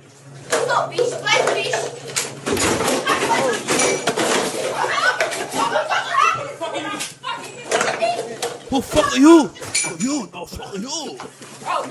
Who you saying no more? Boy, boy, bold. But they stay chasing somebody outside. Hey. They only do that. Hey, look at Now, what you doing? Hey, Uppercutting. real body shot. Man. That same man and woman, those two are still there right now taking your order. Them same two. Somebody should go out there and be like, "Is this y'all?" Right. That's them. They right there taking your order right Still now. getting supported. Right. Still getting supported. Why? Because they got the good number on the wings, and you gonna go. And that's the thing. We'll degrade ourselves for our convenience. You would rather say, well, they got the wings for $10 for the 10 piece, and you gonna go in there and let this man, he don't grab your sister by the head, box her all up in the ribs and the back and all that. And you gonna go right back up in there. But guess what? It ain't just them. Hey, give me that video of the Libyans. Officer, I get one more. I get a script before Don't we forget hey, that, Zephaniah 2-1. The stress dogs too. Zephaniah 2-1. Oh yeah. Because one thing that the other nations do and we don't do is this. Zephaniah 2-1. Zephaniah chapter 2 and verse 1. Come on. Gather yourselves together. So we see that the Asians can do it. We see the white folks can do it. We see all the Arabs can do it. They got their own neighborhoods. They got their own stores that they support each other. Read. Yea, gather together. O nation not desired. This is what we forget. We the nation that's not desired. They don't like us as people, but they like our lifestyle. They like the things that we bring, right? Keep going. Before the decree, bring forth. That's all I want on that. Hey, but you know why that's not working? Because when we was reading, remember we started the show off talking about what leadership was talking about yesterday. Right. That body of Christ. To gather together as a nation, you have to join together as the body of Christ. That's and right. us Negroes that are not keeping God's commandment is a schism. That thing is fractured because you got the hoe wanting to be a hoe. You got the homemonger wanting to hit the hoe. You got the greedy man want all the money. You got the broke nigga they don't want to give no money to. And you telling all them, come on, let's get together. You got this fake religious nigga. You got one nigga want to be the guru and have sex with all the girls on a one island. You got the preacher, he want to have sex with all the boys, but nobody can't say nothing that nobody did because you can't judge me. How the hell we gonna come together and I can't judge the situation? I can't tell you right from wrong. So how the hell we supposed to get on one page and say, hey man, you can't be no whore around here. Stop all that. Well, you can't tell me how to live my life. I ain't nobody possession. Well, then how we supposed to get on one accord to be able to build? And that's why you can't do it without God's commandment. And the bad part about it is, or the good part about it is, rather, We keep God's commandments. So we're doing it. We're seeing it. We're seeing it happen, and we're doing it what they call adjacent.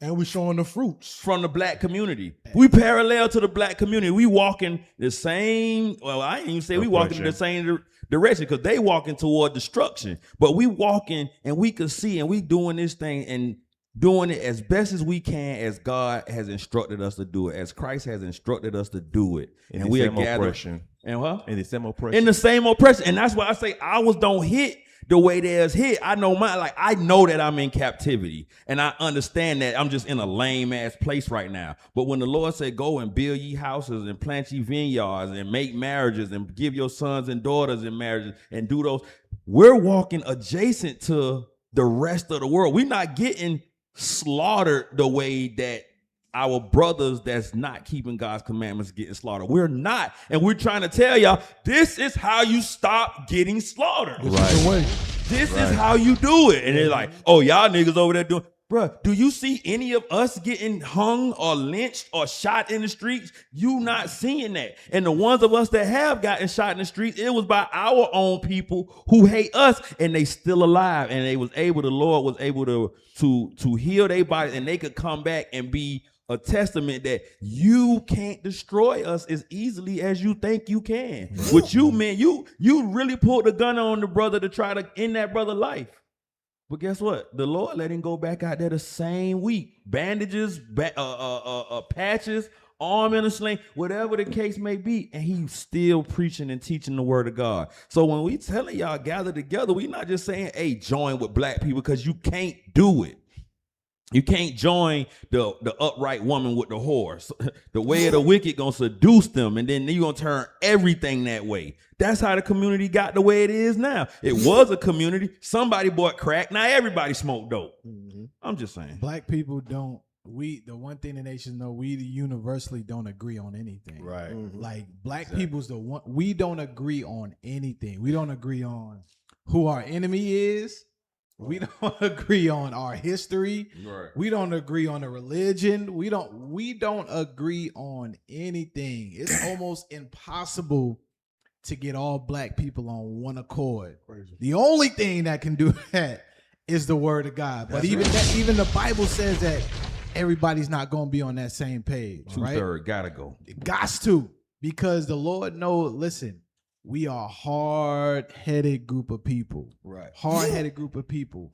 And the nations capitalize off the fact that they know that there's disorder in our communities. Yep. So that's why, even spinning it back to what we was talking about earlier about the marriage thing, we don't understand how the effects of a healthy marriage breeds a healthy family, which destroys these things from happening in our community. They can only defeat us because matter of fact, real quick, read Judah 5. 22. They can only take advantage of us when we are in our wickedness. Right. But if we doing what the Lord requires of us as a people, then guess what? Now we got some ground to stand on. Now we got a God to fight for us. That's the importance of sisters taking it serious about marriage, brothers taking it serious about marriage. Because though they might seem like small decisions, they impact the body greatly. Going back to 1 Corinthians 12. These small things impact the body greatly. Right. Come on! A ripple effect. Read that. Judah chapter 5 and verse 20. Let's go. Now therefore, my Lord and Governor, if there be any error in this people, and they sin against their God, let us consider that this shall be their ruin. So when the nations are inquiring about how to defeat us, they know that if there's sin in the midst of our nation, that we can be destroyed, that we can be overcome. Why? Because they know the history. They saw the examples. Come on. And let us go up, and we shall overcome them. But if there be no iniquity in their nation. But if we doing what the Lord requires of us, if we keeping the Sabbath day holy, if we celebrating Feast of Pentecost, honoring marriage, if we celebrating Passover, if we honoring marriage, if we taking care of our families, read. Let my Lord now pass by. He said, listen, don't even try it, bruh. Don't do it because you're going to be made an example. That's right, officer. That's what I was trying to say earlier. Like, bro, I'm done even acknowledging the stress of the captivity because what you just read, when I keep the commandments of the Lord, leave me alone, bro. You better leave me alone because you're going to be made an example. So now I'm like, you know what? Let me exhort and be joyful knowing that I'm not dealing with that because I keep the commandments of God. You can call me what you want to call me. Oh, this nigga think he bougie or he arrogant. No, stupid. I keep the commandments of God, so I don't fear the same things you fear no more. Right. I'm not worried about the nations doing anything to me. I know they here. I know that they in a position that I can't do anything about on a personal level, but I know if I keep the commandments of God, I'ma always be made my enemies to be at peace with me. So while you out doing that evil and you got to look over your shoulder, I'm keep the commandments of God, and I'm expecting as the Christian would say, pull me out a blessing. Hey, pull me out a blessing. We was at camp yesterday and we was talking to it. I'm talking to a young brother. And the brother was in such disbelief that I wouldn't allow my kids to celebrate Christmas. To the point where he like, so what y'all do on Christmas? They just bored at the house? I'm like, bruh, the only way to have a good time is to celebrate Christmas. That's crazy. It's no way. First of all, the confusion started where he came up and he said he didn't believe in the Bible. Okay, cool. But then later on in the conversation, he starts professing all of these things from Christianity, right? Which Christians don't believe the Bible. So, but anyway, I'm like, you're saying all of these things about you not believing in Jesus and all, you got all these questions, blah, blah, blah, but you still uphold America's Christian customs, their beliefs. And I asked him, I said, tell me where Christmas is from. Why you celebrate it? Can't do it. Can't do it. Don't even know it's pagan. Don't even know. He knows nothing about it. But he's standing so firm on the belief that we got to celebrate this thing. To the point where he's looking at me strange like you crazy for not allowing my kids to celebrate it. Right. I'm like, you can't make this up. Yeah. You can't make this up. Right. Hey, what's that one in First Peter? First Peter? Yep. Read that. Right in First Peter 4, I think it's verse 3. They think it's strange. They think it's strange. Mm-hmm. They looking at us like we crazy. No, Negro, you crazy. That's right. You can't substantiate nothing you celebrate. What you right? You don't believe the Bible. Mm-hmm. You believe in the philosophy of Christianity. So you actually right. You don't believe the Bible. Verse 12. Read that. 1 Peter chapter 4 and verse 3. For the time 12. Verse 12. Beloved, thinking not strange concerning the fiery trial which is to try you. No, he wrote verse 3. No, he was right. Yeah, verse 3. The soldier going crazy. I'm looking at him. What are you talking about? Verse 12. Hold on. Verse 3. Oh, Elred. 12. The wrong verse. Oh, the damn wrong. Start at verse 3. Well, it is my bad. 1 Peter chapter 4 and Strike one. Strike one. 1 Peter chapter 4 and verse 3. For the time past of our life may suffice us to have walked the will of the Gentiles. When we walk in lasciviousness, lust, excess of wine, revelings, banquetings, and abominable idolatry. So when we was living like the nations, guess what? These are the things that we partook in. Going to the clubs, right? Going to the kickbacks, going to the pool parties. Celebrating every holiday. Any reason to celebrate. We out celebrating St. Patrick's Day. Nigga ain't a leprechaun in sight. Ain't going hard for it. Got on all the green. Ain't even a midget outside. And pitching the hell out of it. Ain't seen one green midget all day. Folks going crazy, excited to wear green. Oh, man, I got Mr. Lily. Dressed up like a damn box of Lucky Charms. Looking for 4-leaf clovers. It's magically delicious. Hell, I think black people. I think black people celebrate Cinco de Mayo more than Bro, we go harder for other people's holidays than our own reasons to celebrate, bro. Read. we're in. They think it strange that ye run not with them to the same excess of riot. Because I mentioned to the brother, I said, think about how today you'll go into the grocery store. Let's say it's Christmas time. You go into the grocery store, the people at the cash register going to say, Merry Christmas to you, right?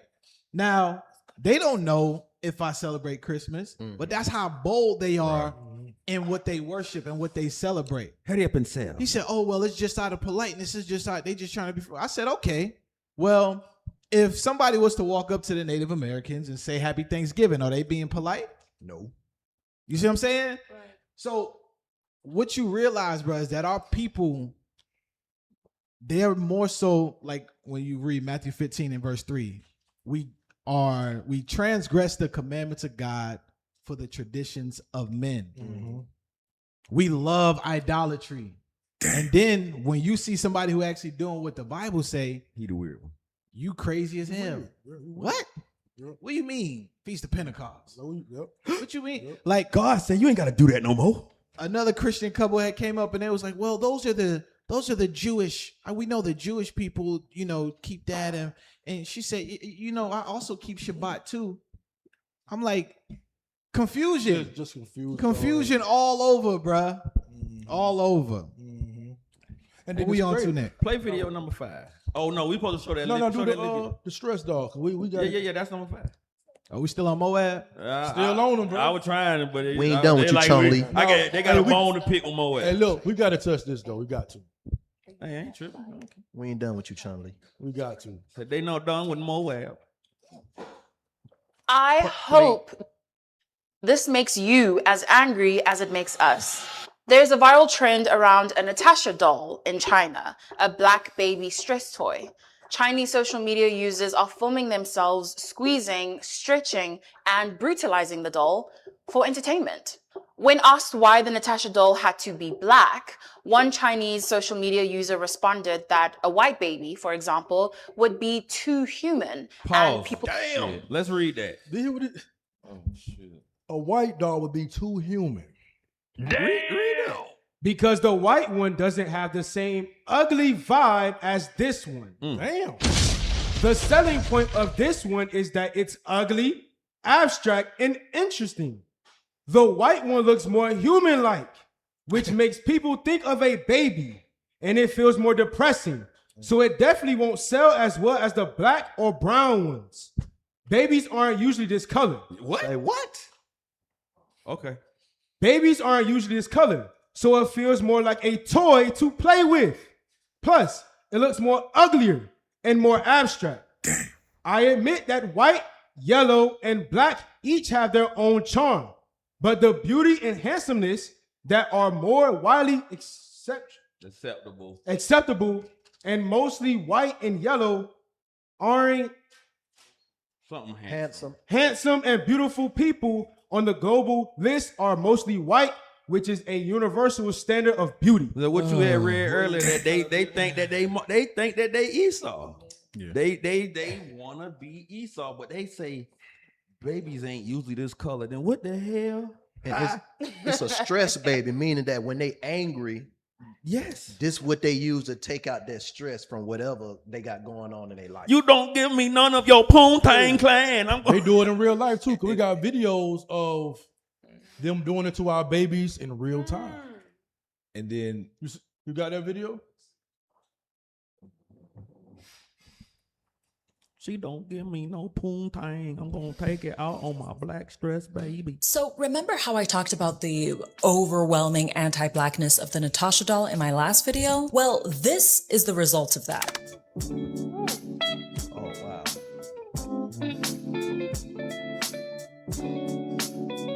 I'm a black monster. You gotta read that. Nothing. They just told her I'm a black monster. I have no value. This is what they doing. That's a mockery to our people, man. Ever happens in a vacuum. These caricatured depictions of black people impact perceptions, and those perceptions in turn fuel violence. And I'm talking about violence in all of its forms, be it physical, mental, medical, financial, cultural, what have you. Like, listen, let me pull up a comment to show you exactly what I mean. The white one looks more human-like, which makes people think of a baby, and it feels more depressing, so it definitely won't sell as well as the black or brown ones. Babies aren't usually this color, so it feels more like a toy to play with. Plus, it looks uglier and more abstract. See, this person... They got some nerve to call us ugly. Wow. Come on. Bro, them niggas flat teeth face, grow in like this. Pie face, flat head, flapjack. No F for capital foes. I know what that is. Mongoloid looking. They literally the product of incest. Bro, get the Lord say Moab in my wash pot. What that song? Give me that, bro. Do you know what a wash pot is? I know when y'all think of wash pot, you think of a nice something that you probably gonna wash your vegetables off in, or that you gonna, rinse your dirty shirt in. 60 and 8. No. That's not what a yeah, we good this time. We good this time. Pot is. Yeah, you gotta double check that. Proofread that. Read it. Psalm chapter 60 and verse 8. Moab is my wash pot. Mm-hmm. Over Edom will I cast out my shoe. Read that top part again. Moab is my wash pot. A wash pot. You might as well. That's where you wash your ass in. Yep. That is not where you clean your shirt and wring the water. No, you scrape old behind juice and dead skin off in a wash pot. Nigga, you is for ass cleaning. Damn. Moab, you is for ass cleaning. That's it. Come on. Spot on. To be had a nerve to call somebody ugly and inhuman. You is for ass cleaning. Bring it out. Nigga, crumbs. You dingleberries. You a dingleberry pot. And got the nerve to tell and talking about somebody else inhuman, and it's easier to do. And then got the nerve to be kicking somebody baby and pushing them down and telling them they worthless with all them crookedy ass chainsaw ass teeth you got in your mouth. I'm sorry. Hey, officer, but we get Ezekiel 35 and 5 because you said earlier before how Moab wants to be like Esau. So this shouldn't be a surprise that they treat us the way they do. Read that. I just want the top part. Ezekiel chapter 35 and verse 5. So we know this chapter is going into how Esau feels about us, but read or Edom. Because thou hast had a perpetual hatred and hast shed the blood of the children of Israel by the force of the sword in the time of their calamity. So I just wanted the top part. So Esau or Edom has had a perpetual hatred towards the children of Israel. Mm-hmm. So we're going back to what we stated earlier, how Moab wants to be like Edom. This shouldn't be a surprise that they feel the same way towards God's chosen people. Right. Because they want to be just like Esau. Right. That's all I had on that. Right. Damn. Damn Chun-Li. Got some damn nerve. So she said that the dark skin doll is ugly. Mm-hmm. But the scriptures say that Wisdom of Solomon 13. You gotta get it. Wisdom of Solomon 13 and 3. This crazy. Wisdom of Solomon chapter 13 verse 3 real quick. Wisdom of Solomon chapter 13 and verse 3. With whose beauty, if they being delighted, took them to be gods. Who are gods? We are gods, no? That's right. Let them know how much better the Lord of them is. The Lord of who? Or the gods that's of the Israelites. Right. For the first author of beauty have created them. So the first author of beauty created who? The Israelites. Yep. So he created us. We, Black, Hispanic, and American, we are beautiful. We are God beauty. So all they talk about the black doll are ugly and the white doll are beautiful. That's not according to the Bible. Boy, that nigga come from his mama getting his daddy drunk and doing it with him in the dark in a cave, nigga. That's where he come from. Right. Incest. Nigga, your granddaddy, your daddy. Hey, officer, she also said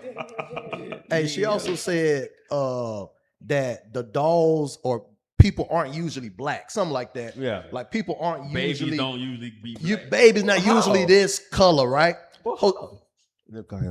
No, you good? I'm scratching, man. You what? I'm scratching. What? I don't know. I'm SpongeBob or something. I thought he said he was SpongeBob and Patrick. That's what I heard. I heard hush. SpongeBob and Patrick. Hosea 1 to 10. Speaking Chinese. What did you say? What did you say? She's scratching. I'm scratching. Be scratching. Oh, you're scratching. He was starting to say, I'm confused, something, and then he said like all them words. He forgot the English word. He forgot the He English was saying, word. he about to say the Spanish word. Hosea 1 and 10. Because let's get something clear. Because she said people ain't usually, long story short, people ain't usually black.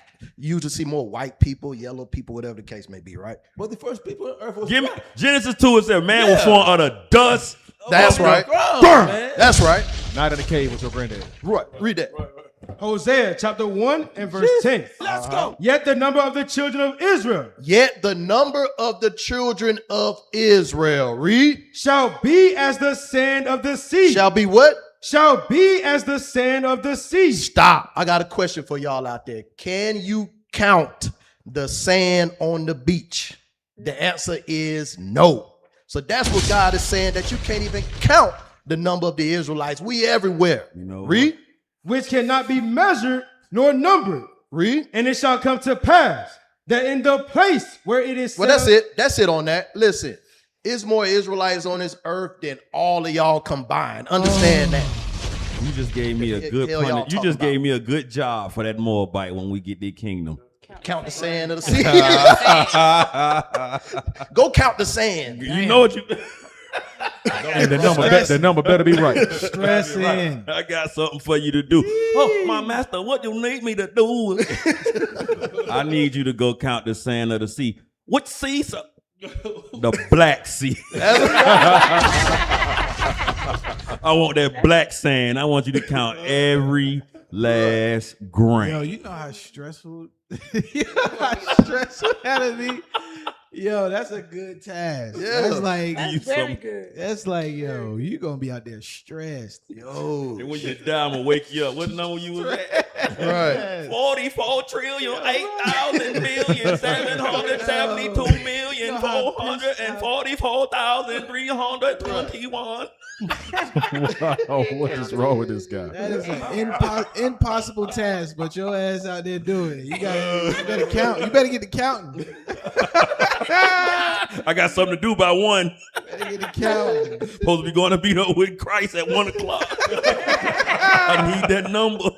And look, when you go hang out with Christ, you bring back some more sand and then dump it. You forgot Right. this. Hey, Yeah, Christ right, gave right. me something, man. Yo. He said it's a special You sand. know it's sand under the water, right? You got to count that too. I ain't forgot.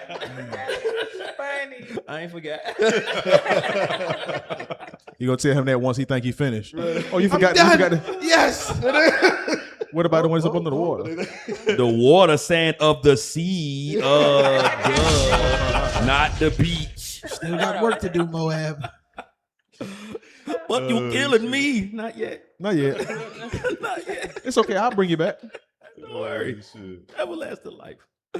Who we got, man? Oh, did you play the video, the commercial with the? Yeah, play this shit. This what they think about you. Yeah, this that mockery, that derision that they have against us, man. How we going? How can we participate? Yeah, I better get to do that. I do it. That's what I was thinking the same thing. Like who? How did they get him to agree to do that? Him? What do you mean? What do you mean? That man, what the scripture say? He will sell of his bowels. Brother, our people are whores for money. Whores for money. Oh, well, I mean, all whores are whores. They for done money. did it for less. I mean, it's some whores that do it for free. Yeah, but did it for less. But we are, bro.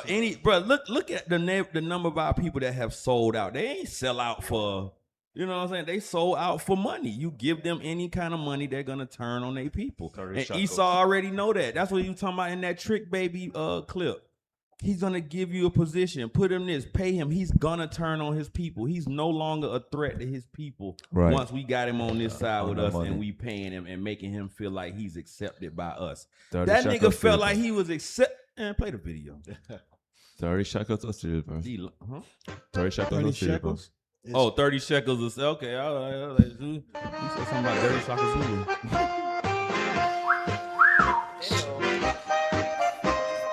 Get out of here, bro.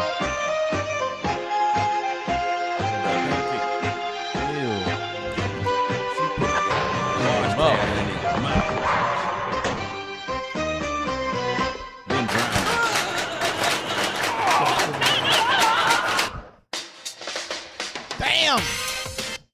So that's supposed to be beauty right there. Right. Boy, ain't no way. That's beautiful to y'all Look right there. pasty.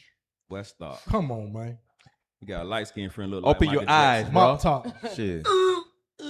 You ain't got no epicamphal fold on your eye, fool. That's crazy. You just blink straight from the forehead. You ain't got a camera shutter for an eye. Hey, wasn't you was playing something else? Oh, Well, they take our hairstyle. Oh, when they was trying to They always look at them. Look at this guy. What the hell? Dreads, yeah. Look. Chink Look at Montana.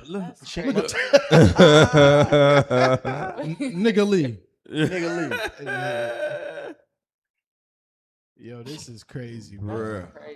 That's crazy. Want to be like us? Hey, you wanna be a YN. Want to be like us, man? Everybody want to be like Judah. NBA Young League. Judah. What the hell? This is all It's they a gotta curly do. perm. And It's it a who? curls your curly perm. That's a who? Curly Curly perm. perm. Yeah, these niggas done made chemicals and contraptions to look like Jay. To look like an Israelite. You want to look like an Israelite so They put a couch bad. cushion You in there. walking in they stores buying they hair. The other That's nations crazy. hair. Damn. And the sister going over here and bite their hair. Right, but you go degrade yourself to look like them with they straight Try to hair do like and they you. pasty skin. Right. You want, man, if you don't get out of here. Man, what we got next? Let's see what the other folk done To do. hell got with Chung Lee. So you got 5, 6 months. Chung Lee. Chong Lee. High kick. Hey, what about the native? And Liu Number Kang. 10. Oh, number 10? Yeah. That's what they need to do, man. A Native American, Chud the Builder, calls out Caucasian people to their face for taking his homeland. Just an American Indian enjoying his homeland while these descendants of pilgrims and colonizers are enjoying my homelands. These guys, they benefit off my homeland more than my own people. They get to live their white privileged life, the best life that they can live on genocide land, my people's fucking blood. Right. These guys are from a fucking different country. I'm not. I'm an American Indian. I'm Scott Picani. Straight up facts. My homeland. Land back all day, every day. Land back, right, guys? Land back. This should be my people's fucking homeland, right? No, we land back, right? It's been paid for. Oh, it's been paid for? Why are you leaving it? Because racists like you still exist, bro, in my homeland, my country. People like me had to get scalped for you motherfuckers to be here in my homeland, my country. You don't even know us. It's the truth. You can't even admit. Let me hear land back, bro. Ooh, see, he ain't do it right. He got a little too emotional. Yeah, he let his emotions get You involved. know what I'm saying? Right. He try But to the thing is, look, white folk always try to make themselves blameless or guiltless because they're Right. like, I didn't do I it, didn't do it. but you enjoying it. It's still You in are your benefiting hand. from Benefit it. for all that, man. The possession is still in your hand. That's You what it is, still man. got it. You still doing everything that you know. So what's hey? That's our show for today. Yeah. Give a round of applause for Page Stage Radio. If you want to find a school nearest you, go. Maybe you can escape from the trials of the heathen. If you want to donate to the Booster Club, follow the bishop. Donate via PayPal at iuic.fundraising@israelunite.org. Help push this glorious gospel throughout the four corners of the earth. If you want to make Saints Radio radio show, you can do so by donating via PayPal to iuic.atlanta@israelunite.org. Damn it, boy. Make sure to put PSR in the comment section. Damn it, Liu Kang. Officer? Shout out to the PSR Tech team. Hey, switch. Hey, shout out to the PSR Tech team. Officer Uzziah, Officer Zedaniah, Officer Athalia, Sodi Yasharala, Silas, Asher, Mataniah, Mr. Perpetual Cultural Precipitation. Cultural Precipitation. Sister Navar, shout out to the kitchen team, Sister Genesis of the House of Aaron, and so to Yo Haven. Yo Haven? House of Officer Aaron. Okay, that Hope. Sister Yohaven. Yeah, so hey. Hey man, we want to give a special thanks to our leadership, to the bishops, to the deacons, captains. We want to salute you men all throughout the four corners of the earth that are pushing this gospel. Continue to pray for us, Israel. Pray that the Lord continue to send laborers. Pray for those sick in the body. All right, there's a lot of people that's going through different things in the body, y'all. So keep Israel in your prayers. And happy feast of Pentecost. Hey, and don't forget our missing persons, our brothers and sisters that have been missing. If you have come across any of them or have any information pertaining to these individuals, please contact your local authorities. Hey, keep y'all eyes out in y'all respective cities as well. Hey, Feast of Pentecost! Week outstanding! Feast of Weeks. Y'all already know. Hey, shalom. Shalom, y'all. Shalom, shalom. Radio.